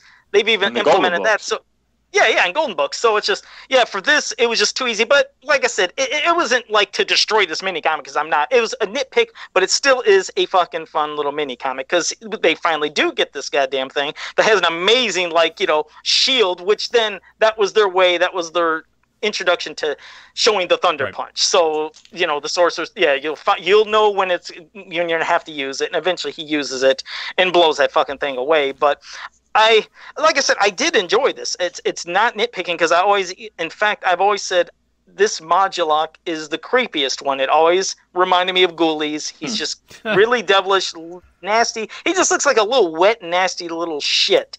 And you guys have a lot in common, man. What? Yeah, thank you. But no, that's what I'm saying. It's just, you wondered, how could you fight something like this? What would you do if it would split into all these different things? Because they always, it's even emphasized like how Man-at-Arms right there in that panel. There's 1,000 different ways, just like the toy. You can transform 1,000 different ways. But I did like it. And it didn't even Larry Houston, like he mentioned, like how he wanted to introduce somebody new. So we had the kid bring up the box. He wanted somebody completely new into the mini comic. Like that was his own character that he introduced. It wasn't just like reusing somebody like, Rayman's like, hey, here's a box. Even though, yes, we know Rayman and others get boxes. But I like that Larry would add new characters and different characters throughout his mini comics. Even somebody as simple and as quick as that to where it's not like a main character. It's still something like, hey, who's this guy, Yeah, it's just and I think it's important. Like, it's not about like a pandering thing. Like, it's about expanding the world. Like, this is a vast world. There should be people of different skin colors, different backgrounds, ethnicities, various things, and they're not there to say, hey, look, here's a black child. You see people? There's a black child here. Like, no, he's here. He works in the royal palace. He is, an errand boy or. Maybe has aspirations to be a world. We don't know, but it's just a bit of a world expansion, and that's all it is. People want to dig anything more to it. Don't be an asshole. But it also catches your eye. It does, and it's important to see that. Like, just like his work on Slave City, where seeing the Native American aspect, of which I think that was really cool, and I'm curious if people find that offensive because Garn is drawn with the traditional Mohawk. That I guess people say is a stereotype of the Native American heritage. Like, it looks badass. Like, why does everything got to be a stereotype or something offensive? Like, son of a bitch, man. Like, I got Garn proudly on my wall over here that Kevin Sharp drew. Like, I don't want to see Garn without a Mohawk or looking like the badass in the arena that he was in Tale of Two Cities. Yeah, no, that's what I said. In that one, that was a mini comic that was full of a lot of unique characters. But this, like you said, it could have been as simple as, like I said earlier, he could have had a palace guard or somebody that you might have seen in other ones. Yeah. So when you see new characters, it's good. It just adds to the flavor of the mini comic. It's just like I said, it makes it catches your eye. And it's a good mini comic. It's a good story. It features Modulok as a competent villain. He's not thrown away as like a dismissive, shit villain. Well, the thing that like establishes him as a strong villain is the fact that He-Man and Skeletor have to team up to try to take him out. Like that right there should tell you everything you need to know in terms of what they were trying to go with, which I thought was another positive of the book. There was another thing. These books should be doing. They should be getting over to the child that purchased this toy that this is a formidable villain for He-Man or Fisto or Stratos or Many-Faces or Buzz-Off and Mechanic to have to fight in your own private, playtime when you're interacting and having battles with your buddies and stuff like that. They should always be portrayed as like, okay, they will lose because evil needs to lose in these books, but they need to come off as threatening in a child's imagination. Like Grizzlor was portrayed perfectly. Like, he needs to be seen as. I want to see someone depict Grizzlor and do a movie poster based on the Grizzly movie and have Grizzlor like this, just like the movie poster, and have Tila by the bonfire. And do like a throwback to the Grizzly horror movie. It was like a rip off of Jaws. Is anybody out there listening to this? Is anyone familiar with the movie Grizzly? Anybody? Well, I mean, Grizzly was one of those things that did sort of come and go. I feel like found a better life when it came to video stores during that time. Yeah, and I mean, I knew it as a kid because CBS would play a lot of those old horror movies a lot too. But I just always thought, like, based on that mini comic, it'd be cool if someone did like an homage poster. That'd be cool. All right, Grim 2, you better get to work. Make it happen. We'll see. Did he say something about that? No, I just usually he likes to make art for different things, so I figure. Oh yeah, like Stratos choking Joe out in his underwear, shit like that. So thank you. We need to see more depictions of Joe being choked out by various He-Man characters. When exactly, he says shit for on them. whatever reason, exactly. What I like, and the other thing about this mini comic, I always liked when, you had one bad guy go to the other bad faction, and you always, in not only cartoons but comics, you think, oh man, would the evil guys team up and they're going to go after He-Man? So it was always refreshing to see an evil person teaming with a good guy to take out a different evil guy. So you're right, at the end when there's Skeletor and He-Man decide, okay, we got to take out Modulok and Hordak, and then He-Man's going to go after Hordak, Skeletor's going to go after Modulok. It's just kind of cool. I always like seeing evil versus evil at times. And when the land shark had Modulok within its jaws, you're like, oh god, you thought I got him, and he splits and then goes. I like seeing more of that. It's like he wasn't taken out that easily. And of course they're all defeated at the end, but you can't help but have fun with this. I nitpicked one little shit part earlier, but hell, it led to us doing another one of our side rant fun discussions about Castle Grayskull. So everything happens for a reason, but yeah, do yourself a service, and definitely if you've never read this physically in your hands, get it. You see it here right now. It goes quick, but it's definitely a great mini comic to own too. And I've noticed another thing that's good about this too is that, I'm sorry, Joe, I cut you off, and that's okay. I'm sorry because I deliberately cut you off. Because I just wanted to get this in real quick. Is that I really like how this mini comic depicts the Thunder Punch as a viable upgrade of power for He-Man. It's not done as a bullshit variant. Like, they actually work in the logic of this new variation of He-Man as part of the story. It's a new power that He-Man is gaining because of this power pack that the Sorceress gives him, because she anticipates now that this Force Shield weapon has been taken, He-Man needs something even stronger to break through with it, to amplify that. Modulok knew of this. We don't know how, but he went for this above all the weapons, a Force Shield. It's quite impenetrable, that He-Man himself couldn't do it without this Thunder Punch upgrade. And I like making the Thunder Punch gimmick something of value, that it's not just, it's a Neon Knight Rider Scuba Attack Batman from Kenner, some of that bullshit where, it's like it means something. Right. Like the Flying Fist, I felt could have been depicted a lot better. The Flying Fist, I felt like that was, and Battle Armor never even got its own mini comic, as we've said before, which was a crime in itself. But I do like that this was treated with some dignity and not a shit variant, and that it makes you use your imagination more as a kid. It does, because then when you see it, you're starting to do stories. Speaking of your imaginations, and I'll kind of piggyback off of what Tyler was saying, did you guys ever kind of create your own variant in your head of something that He-Man would have as an ability or a power to add to his repertoire? I imagine right Joe over did. Here in my custom section, when I was 10 years old, I made Ninja He-Man. Do you want me to grab that motherfucker over here? Sure. Oh my god! See what you've done now, Nathan. So you guys stay there. I'll put you towards Jason. While he gets that, Tyler, did you kind of have any ideas that? And I mean, even now, do you have an idea in your head of like a variant that you think would kind of work pretty well?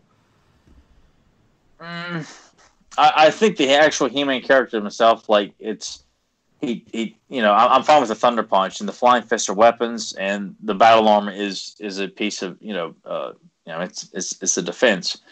So unless you're giving him a new weapon to use, and maybe a variation, I do like his armor piece on the Battle Armor and the Flying Fist that has the kind of HM motif. Yeah.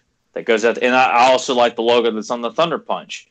So it would probably have to be, if they want to do something to kind of make use of the Mega Laser accessory, because to kind of give He-Man like a gun kind of weapon or something like that, which we really don't see He-Man with that. Would that be a good way if you were to have like a gun weapon for He-Man? You would immediately kind of put him in a story with Rio Blast in a way, right? Would that kind of be the angle you would take with it? Yeah, that this particular, I don't know. It's honestly, I felt we got enough of the variants, so I'm trying to think if there's anything else. But honestly, I can't wholeheartedly recommend another because I felt like Flying Fist was more than enough. Thunder Punch was enough, and then Battle Armor never got used at all. So I'm quite happy with the 3 that we got because it really, when it comes down to it, I want to see He-Man with the Power Sword, with the shield, and on occasion with the Battle Axe. And it's cool to see the Flying Fist weapons used because they were a wonderful touch too. But I think beyond that, I'm quite satisfied with what we got. Okay.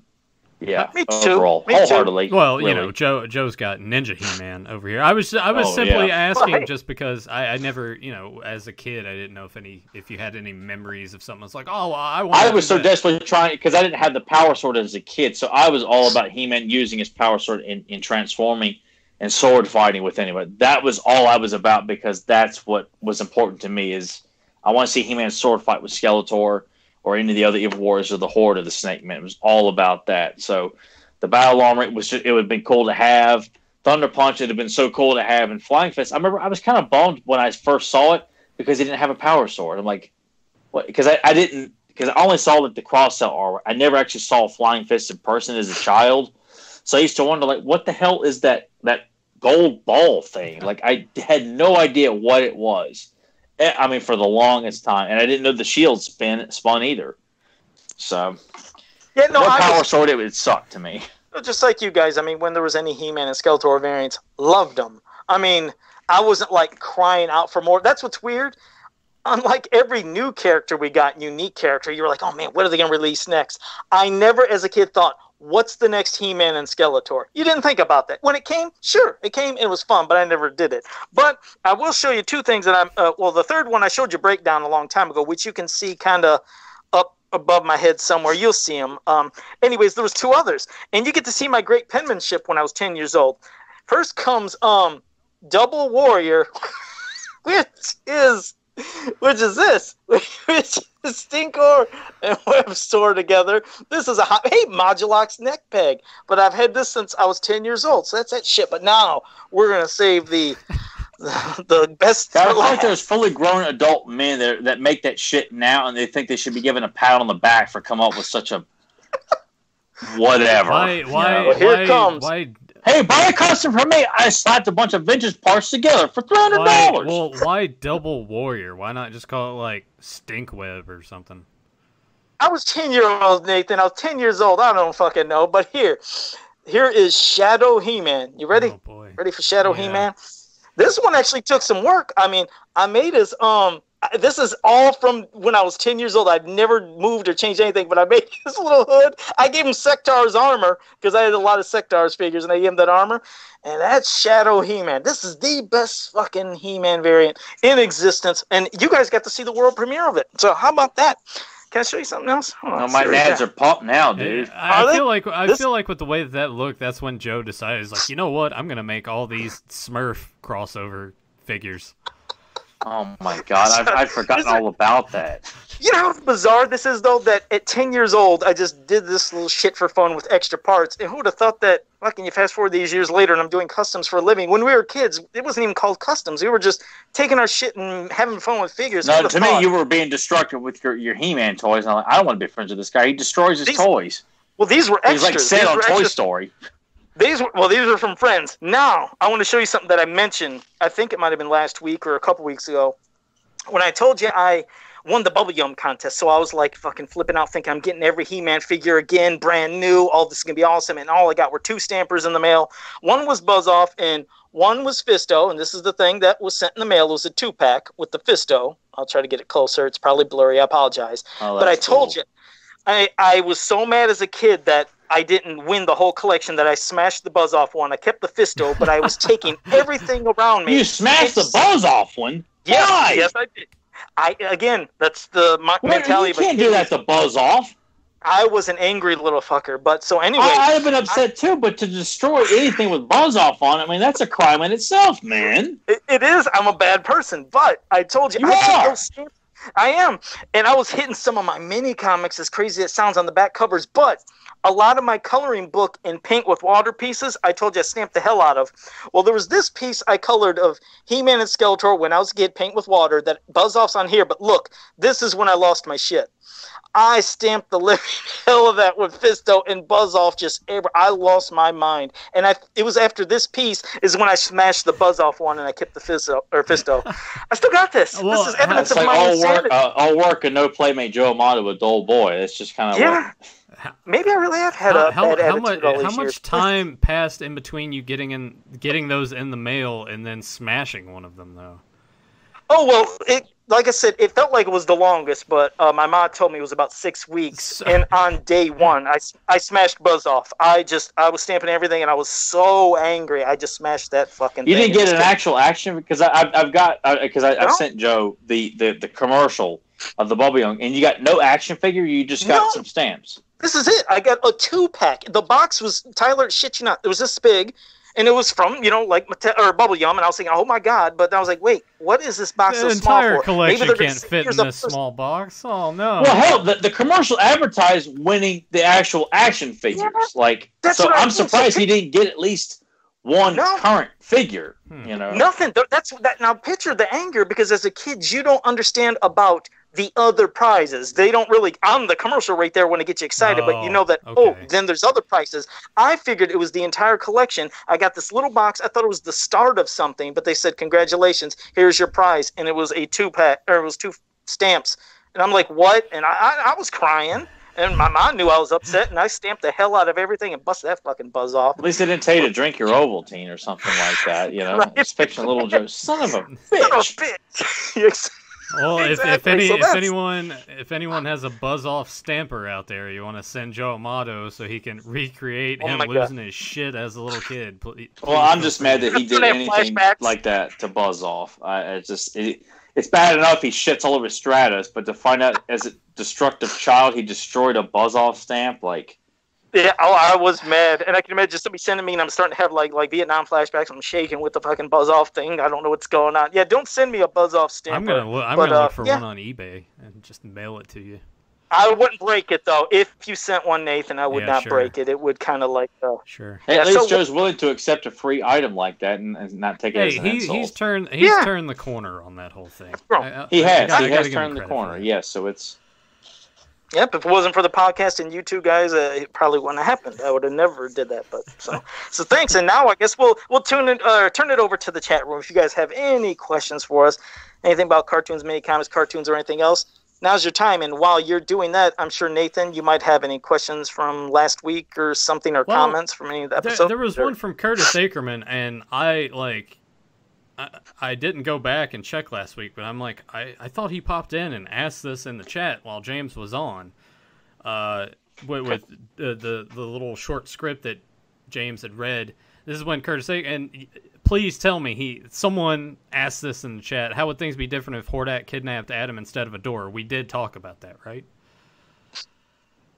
I don't think we. In what ways would Eternia and Etheria be the same? And in what ways would they be different? Would Adora play the lazy princess role, or would it be more of a prissy, high-class princess that's too good to battle in order to hide her identity? Would an Adam Despara... What would an Adam Despara be like? What relationship... No, we won't even talk about Despara. Yeah, fuck Despara, man. Like, that is such a shitty idea.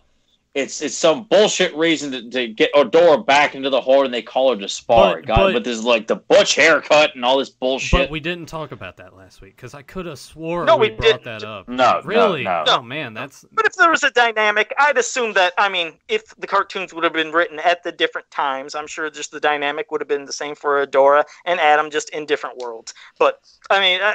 I know what he's saying, the prissy thing. You think, okay, with the girl, maybe there'd be a different kind of. No, but that would make her obnoxious even to the audience. Right. The audience. That's why I just like the thought of it. Yeah, it's just flipped in reverse. But I do love that question, Curtis, and thank you for that. Definitely, but Despara, I don't acknowledge it. Tyler doesn't.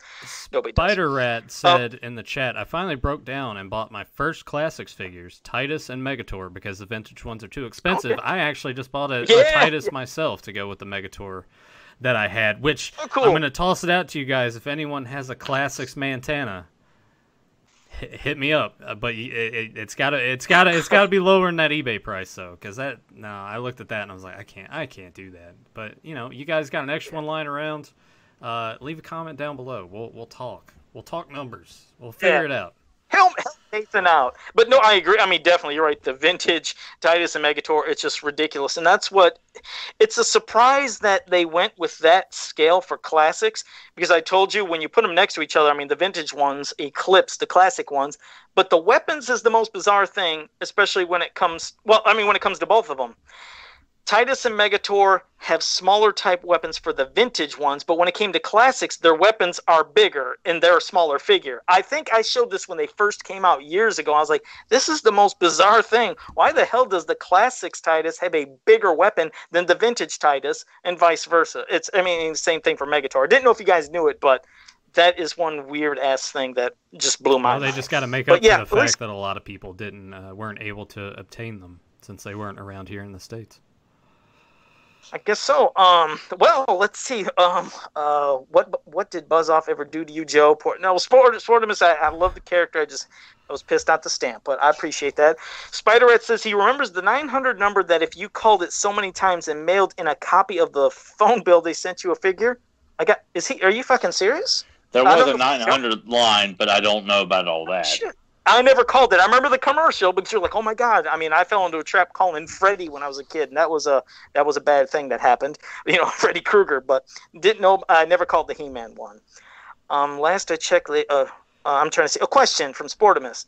How has the Masters of the Universe brand and community positively affected you personally?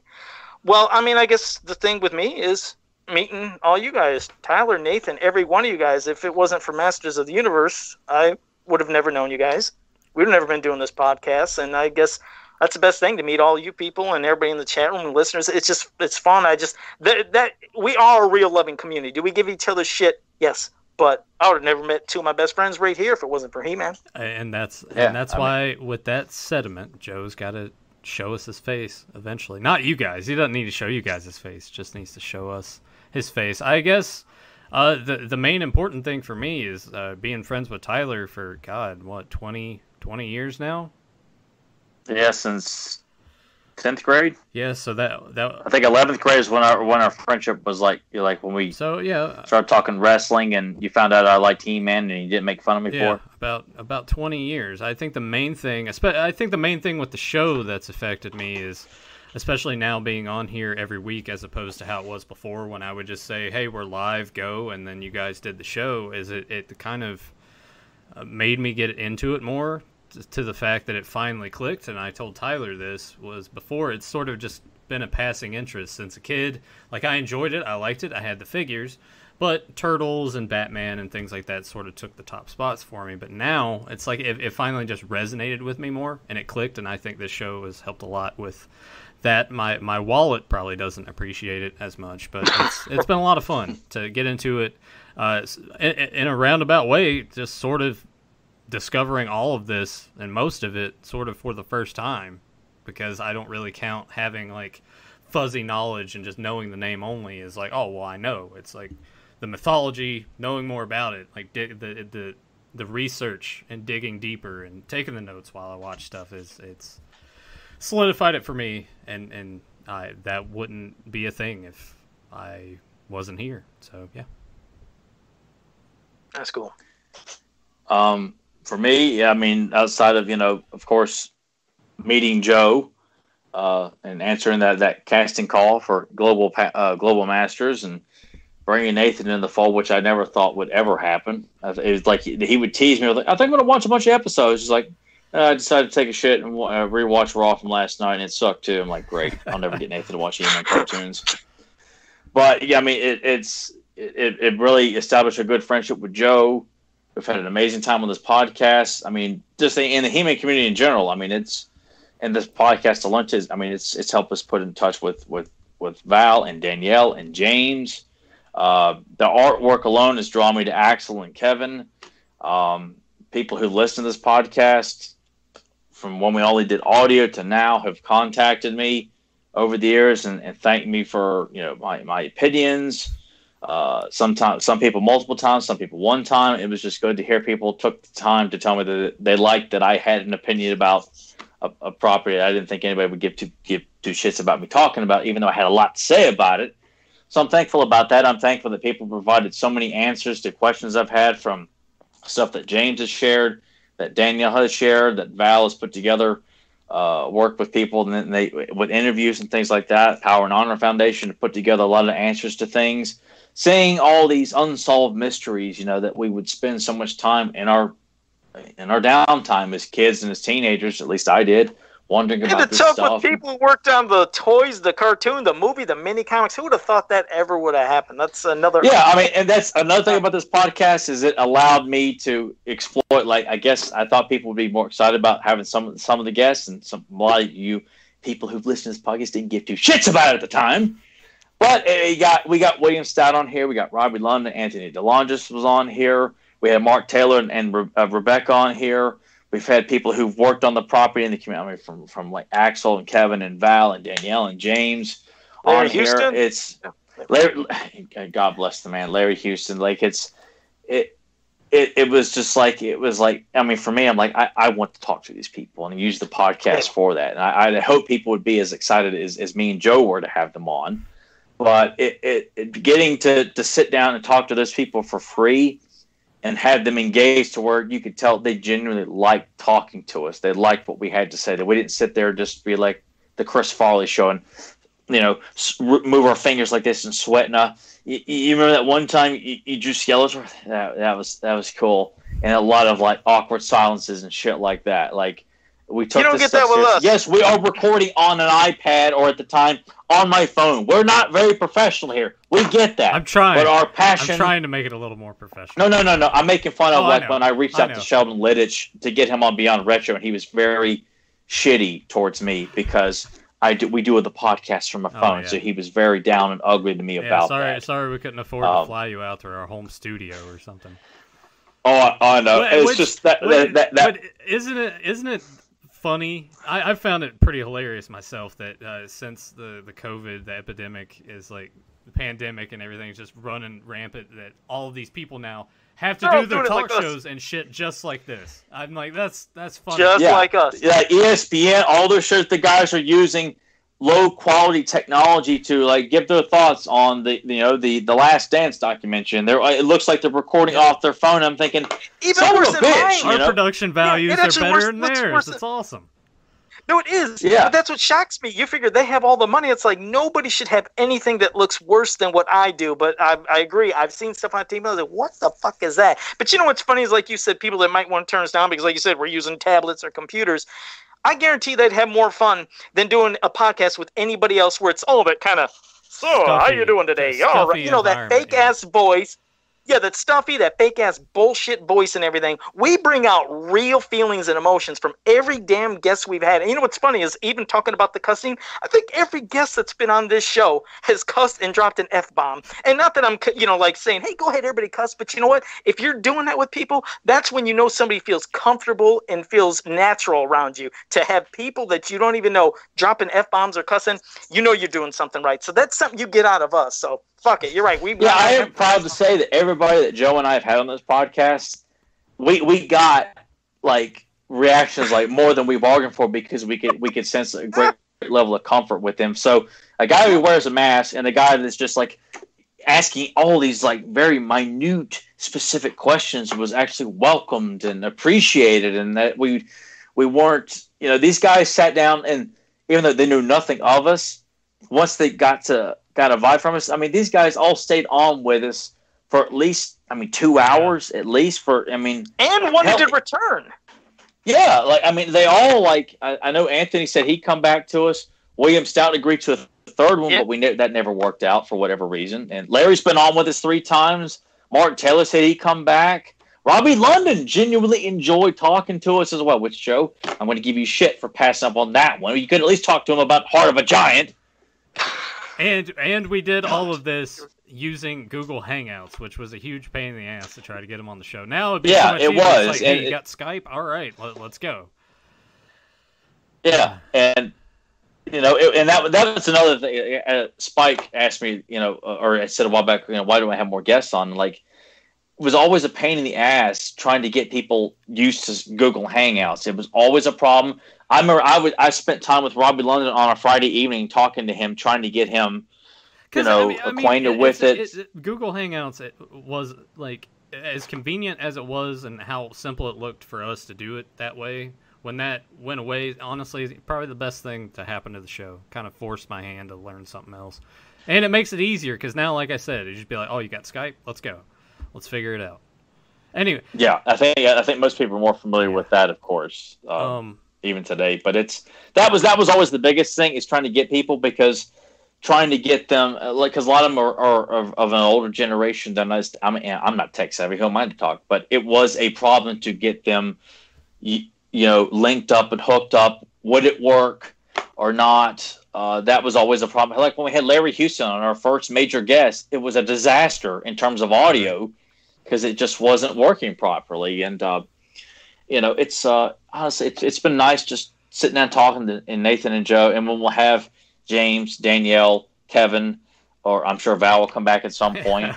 Man, just sitting down. Dude, when we had Val on, I think it was the last time we had Val on. When we finished, I didn't get, because you guys left the call after a while. I was just talking to Val. I think I was talking to him until 3 o'clock in the morning. We were just talking about anything. Jesus. Just talking.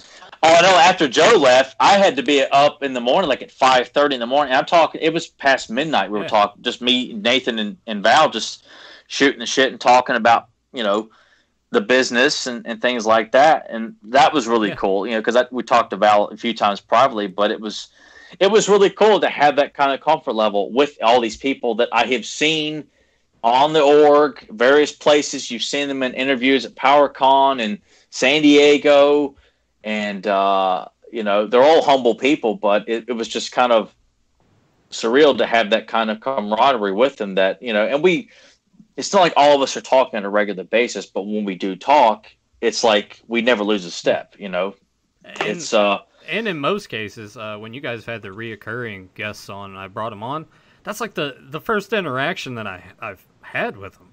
So it's I've never talked to him before, period. And to work a show around that, it's like with Joe. I didn't even know Joe when I started doing Beyond Retro. It's just you pop in and you're just talking. It's strange how this whole thing works out sometimes.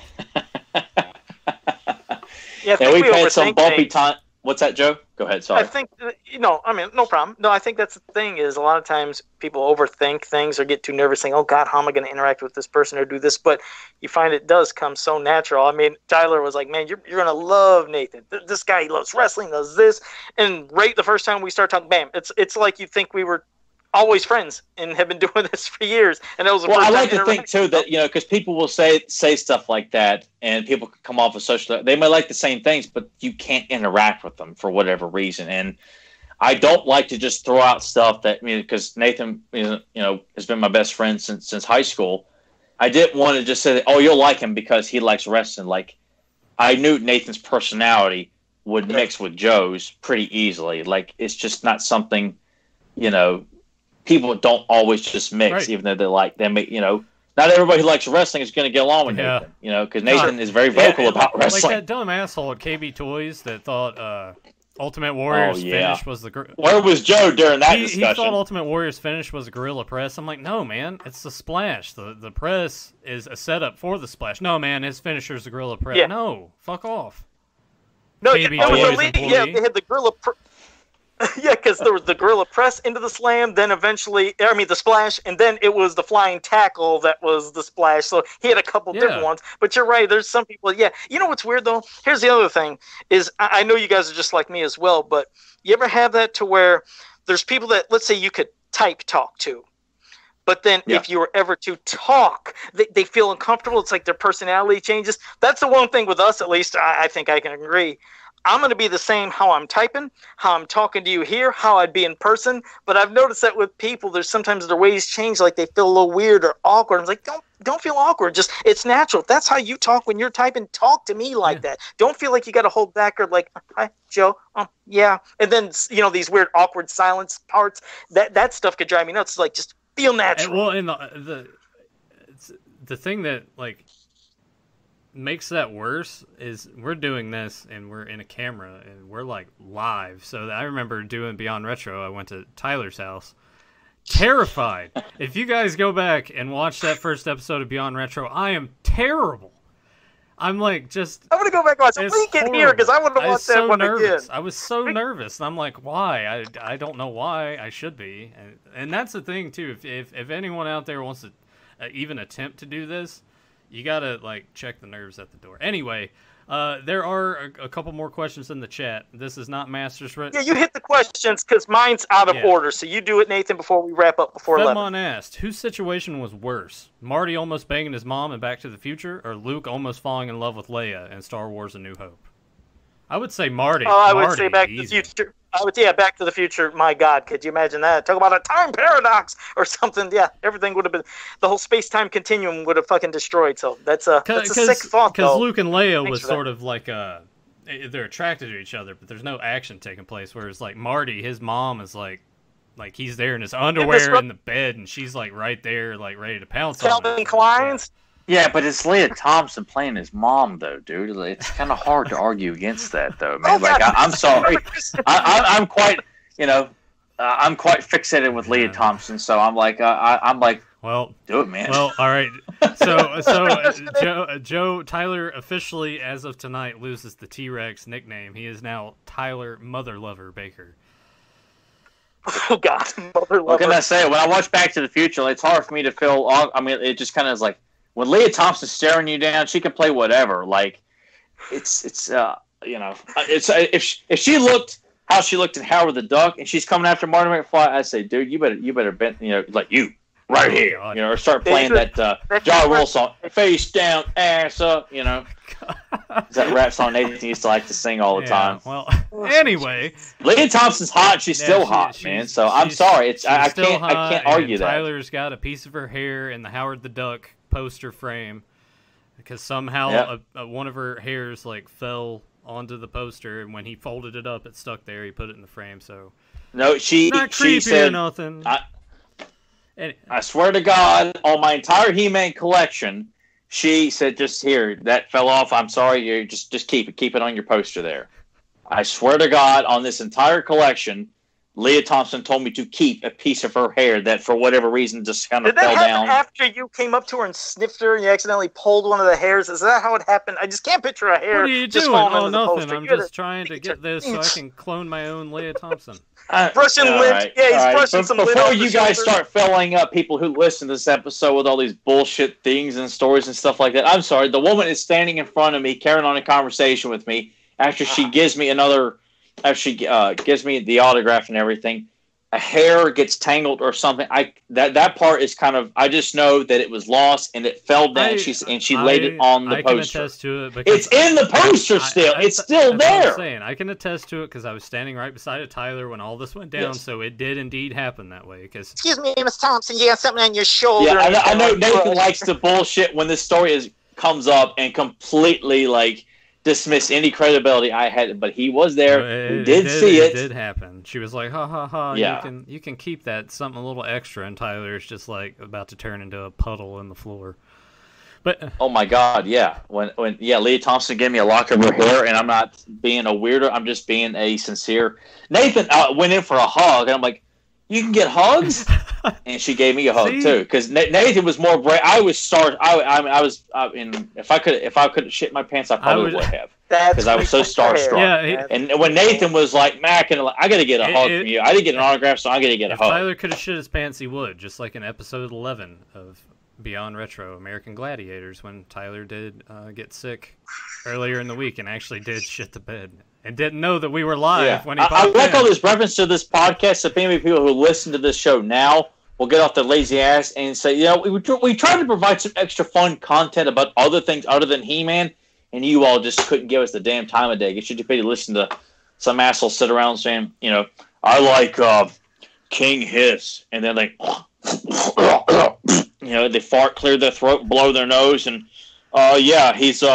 he's original. He's mint on card, or at least he was. So subscribe to my channel. I've got over 1 million views. Next week I'll be discussing the peg that Orko came on that was shoved up his ass. We'll be talking about the color scheme the dynamics of it and all this other bullshit. I'll talk about things. We got so much more content to offer people. That's what made me so mad about Beyond Retro. No one gave a shit. But if you guys want to check, hit us with one more good one, Nathan. Yes. One more good one before we wrap it up. By the way, I had that question from the listener on the podcast. I'm saying like make sure we get him next week. Let me at least give him his name here because he did from Rolo Tomasi.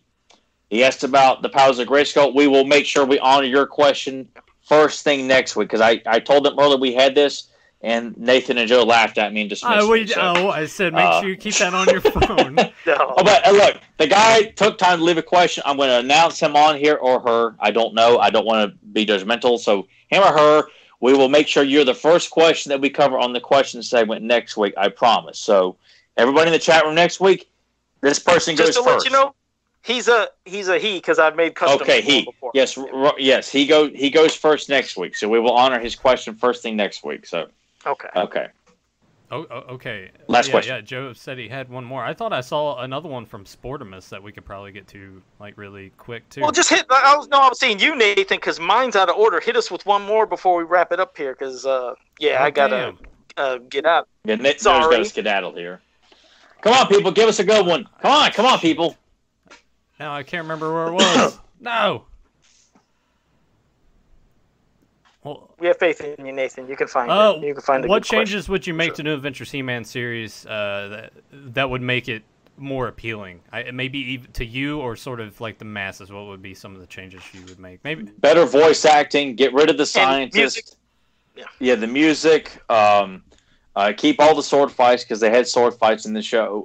Utilize. And it had great anime. I mean, the animation was great, so I wouldn't say change the animation because it was great. If they were to do some different character designs, I understand that, but definitely the voices. Adam needs a different design. Like I think they need to wrap up the idea that he needs to look drastically different than Adam on Eternia. That way, you don't have to worry about the idea that Skeletor can't figure out that Adam's here. Oh, he's a merchant. Like, no, there's a couple small things, easy things that could be changed because there's so much good to be had with New Adventure, as we've said before. But I would change the voice acting first and get rid of the scientists. That would be my pecking order of priorities, and then go down the list of what Joe was saying as well. Yeah, perfect. But that was a great question. Who was that from? You said Sportimus. I want to say Papa Hood 69 said this show needs more subscribers, and I totally agree. We are almost at 500, so if you guys can spread the word. Yeah, and yet oddly enough, we're not getting 500 people watching this podcast. It needs more subscribers, but we need to shame the people who subscribe but don't take the time to go back through and watch it when it premieres or go back and rewatch it. I do appreciate their subscriptions, though, because I wouldn't want them to unsubscribe. Then we're kind of going backwards in that regard. No, I'm just, I like to think that this is a niche podcast. This is not a podcast like the Joe Rogan podcast or something like that. We are a niche podcast. So to get that, I like to think that people subscribe is because they like our content. They like our personalities. They like what we talk about. There should be a little bit more to just subscribing to us. Other than, hey, it's one of those retro channels. I'll subscribe to that and then, go back to licking the cat's butt or something like that. Well, that's why I do stress, which I do say here, and Eric Sanchez, I appreciate that. So I'm like my customs too, and I appreciate that. And thanks. I don't know if you're new. This might be the first time I've seen you, and if you are new, make sure you like it. Well, here's the thing. I always say for people that are new, make sure you like, subscribe, share, and ring the bell so you can always get notified when we go live. But I do emphasize share the podcast because then there could be more people that could start getting their eyes on it. And also, when we say if you want to comment below of what you thought about the episode, like, not just here in the chat, but later you can leave some comments down there, even questions for next week. The more activity that happens with this episode in the channel, it can start popping up and suggestions for people that might like Masters of the Universe. So it helps. The activity helps. So really, we do appreciate everybody that has subscribed already. But yes, if you subscribe, share, ring the bell, and just make some questions and comments down there below in the comments section. And then we can, of course, read them next week. But activity helps. And it can help us grow and help get our passion out and the word out, because that's what we love doing. We just love sharing Masters of the Universe, Princess of Power, New Adventures. We're trying to keep it alive, especially when there's nothing happening out there. Yes, we'll be getting a cartoon soon, but we're still going to always be talking about the stuff from the past. There's so many great things, and hopefully, there'll be great things in the future. But we just want people to feel like when they're done listening to us, that it encourages them to go to YouTube and watch the episode we did commentary for, or go watch, or go purchase this and look at the mini comics, or just send you down a rabbit hole of research where you're Google searching, you're going to He-Man.org, you're going through Facebook groups and looking for interesting artwork, or people want to buy some toys like Nathan add to your collection. You want Joe to do a custom of a character that's never been done before, or something like that. Like, we just want you to walk away and carry that passion that we've got along with you to work the next day. That when you're thinking about, I'm going to go on eBay on my lunch break and start looking up these characters, or I'm going to go look up the VHS tapes and add start a collection of that. We just want you to carry on this stuff. That's what it's about. We're not doing this for money. We're not doing this for perks or anything. It was in the beginning. I was hoping someone would notice me and hire me to tell, so I could relaunch this whole brand and have a great career, letting everyone know that I can recreate He-Man and give it the respect it deserves. But I'm over that now. I'm just here talking with my good buddies about a property that is the best of the best. So it is, and if you don't have a lot of money, it's just like what Tyler just showed with that Dark Horse book for the mini comics. I'd say that's your best bet of getting every mini comic, if you obviously all into one. Because if you're to search for them, that's what I was going to say earlier and I forgot. I can't believe the prices of some of the mini comics, how much they've increased on eBay within the past year. It's like, what the hell? That one was never no $80. It's like, the Ultimate Battleground has always been the most expensive and still is. But I was like, why are the other mini comics reaching this price level? So yes, I do stress, get the Dark Horse mini comic collection. That whole book.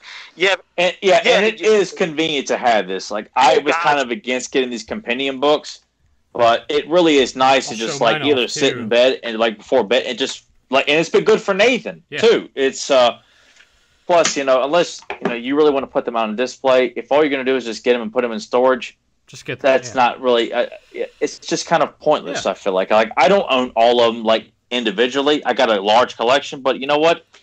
I'm happy to have this for reference to go. And it keeps you from ruining the originals, because I like that I don't have to touch them now, because I used to always have to grab every one of my mini comics, keep them right in there, go to the big one. And I guess with the last one, go ahead. I was going to say, and it's heavy enough, you could probably beat somebody to death with it if you wanted to.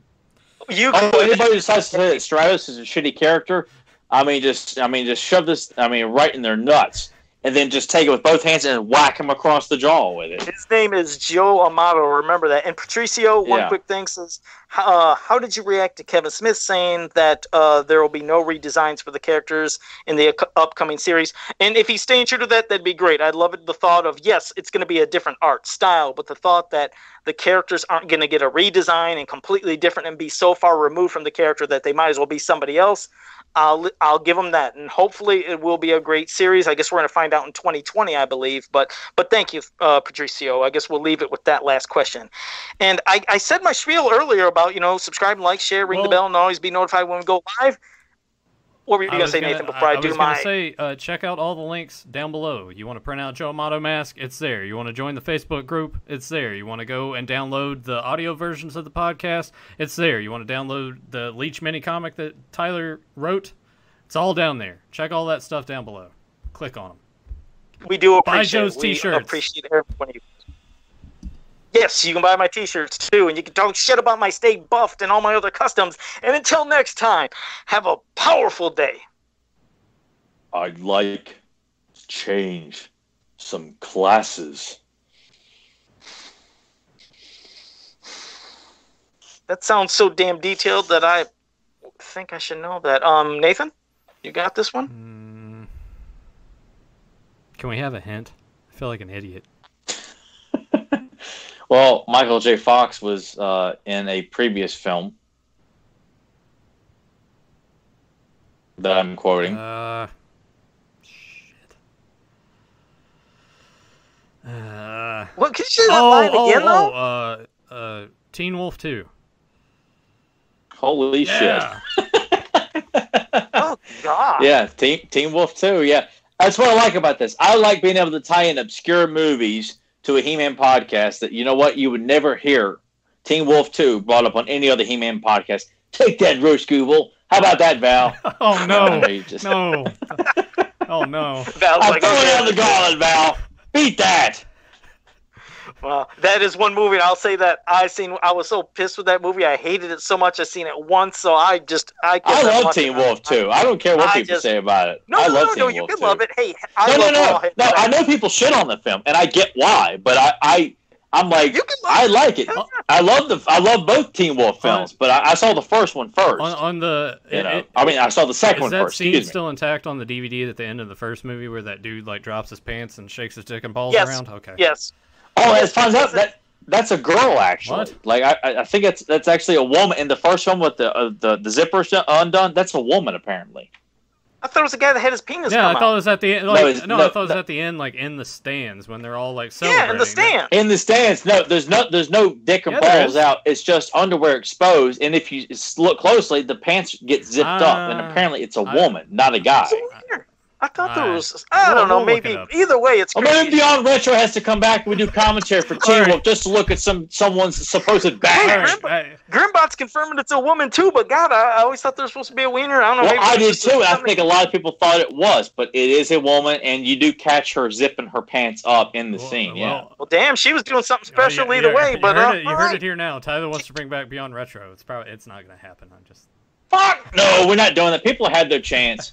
The only way that would ever happen is if, well, you know what? No. You know what? No. Don't even get their hopes up. No. All right. I guess it's been confirmed what Tyler said. I see nothing beyond it, but everybody's confirming it from Grimbot to JSP. They said it was a woman. She undid her pants to loosen her pants, and she was sitting down. So, yeah, I guess that's it. So, there you go. I guess one urban legend debunked. It was a woman, and it wasn't a guy with his wiener out. There we go. See you guys next time. What a way to end the episode.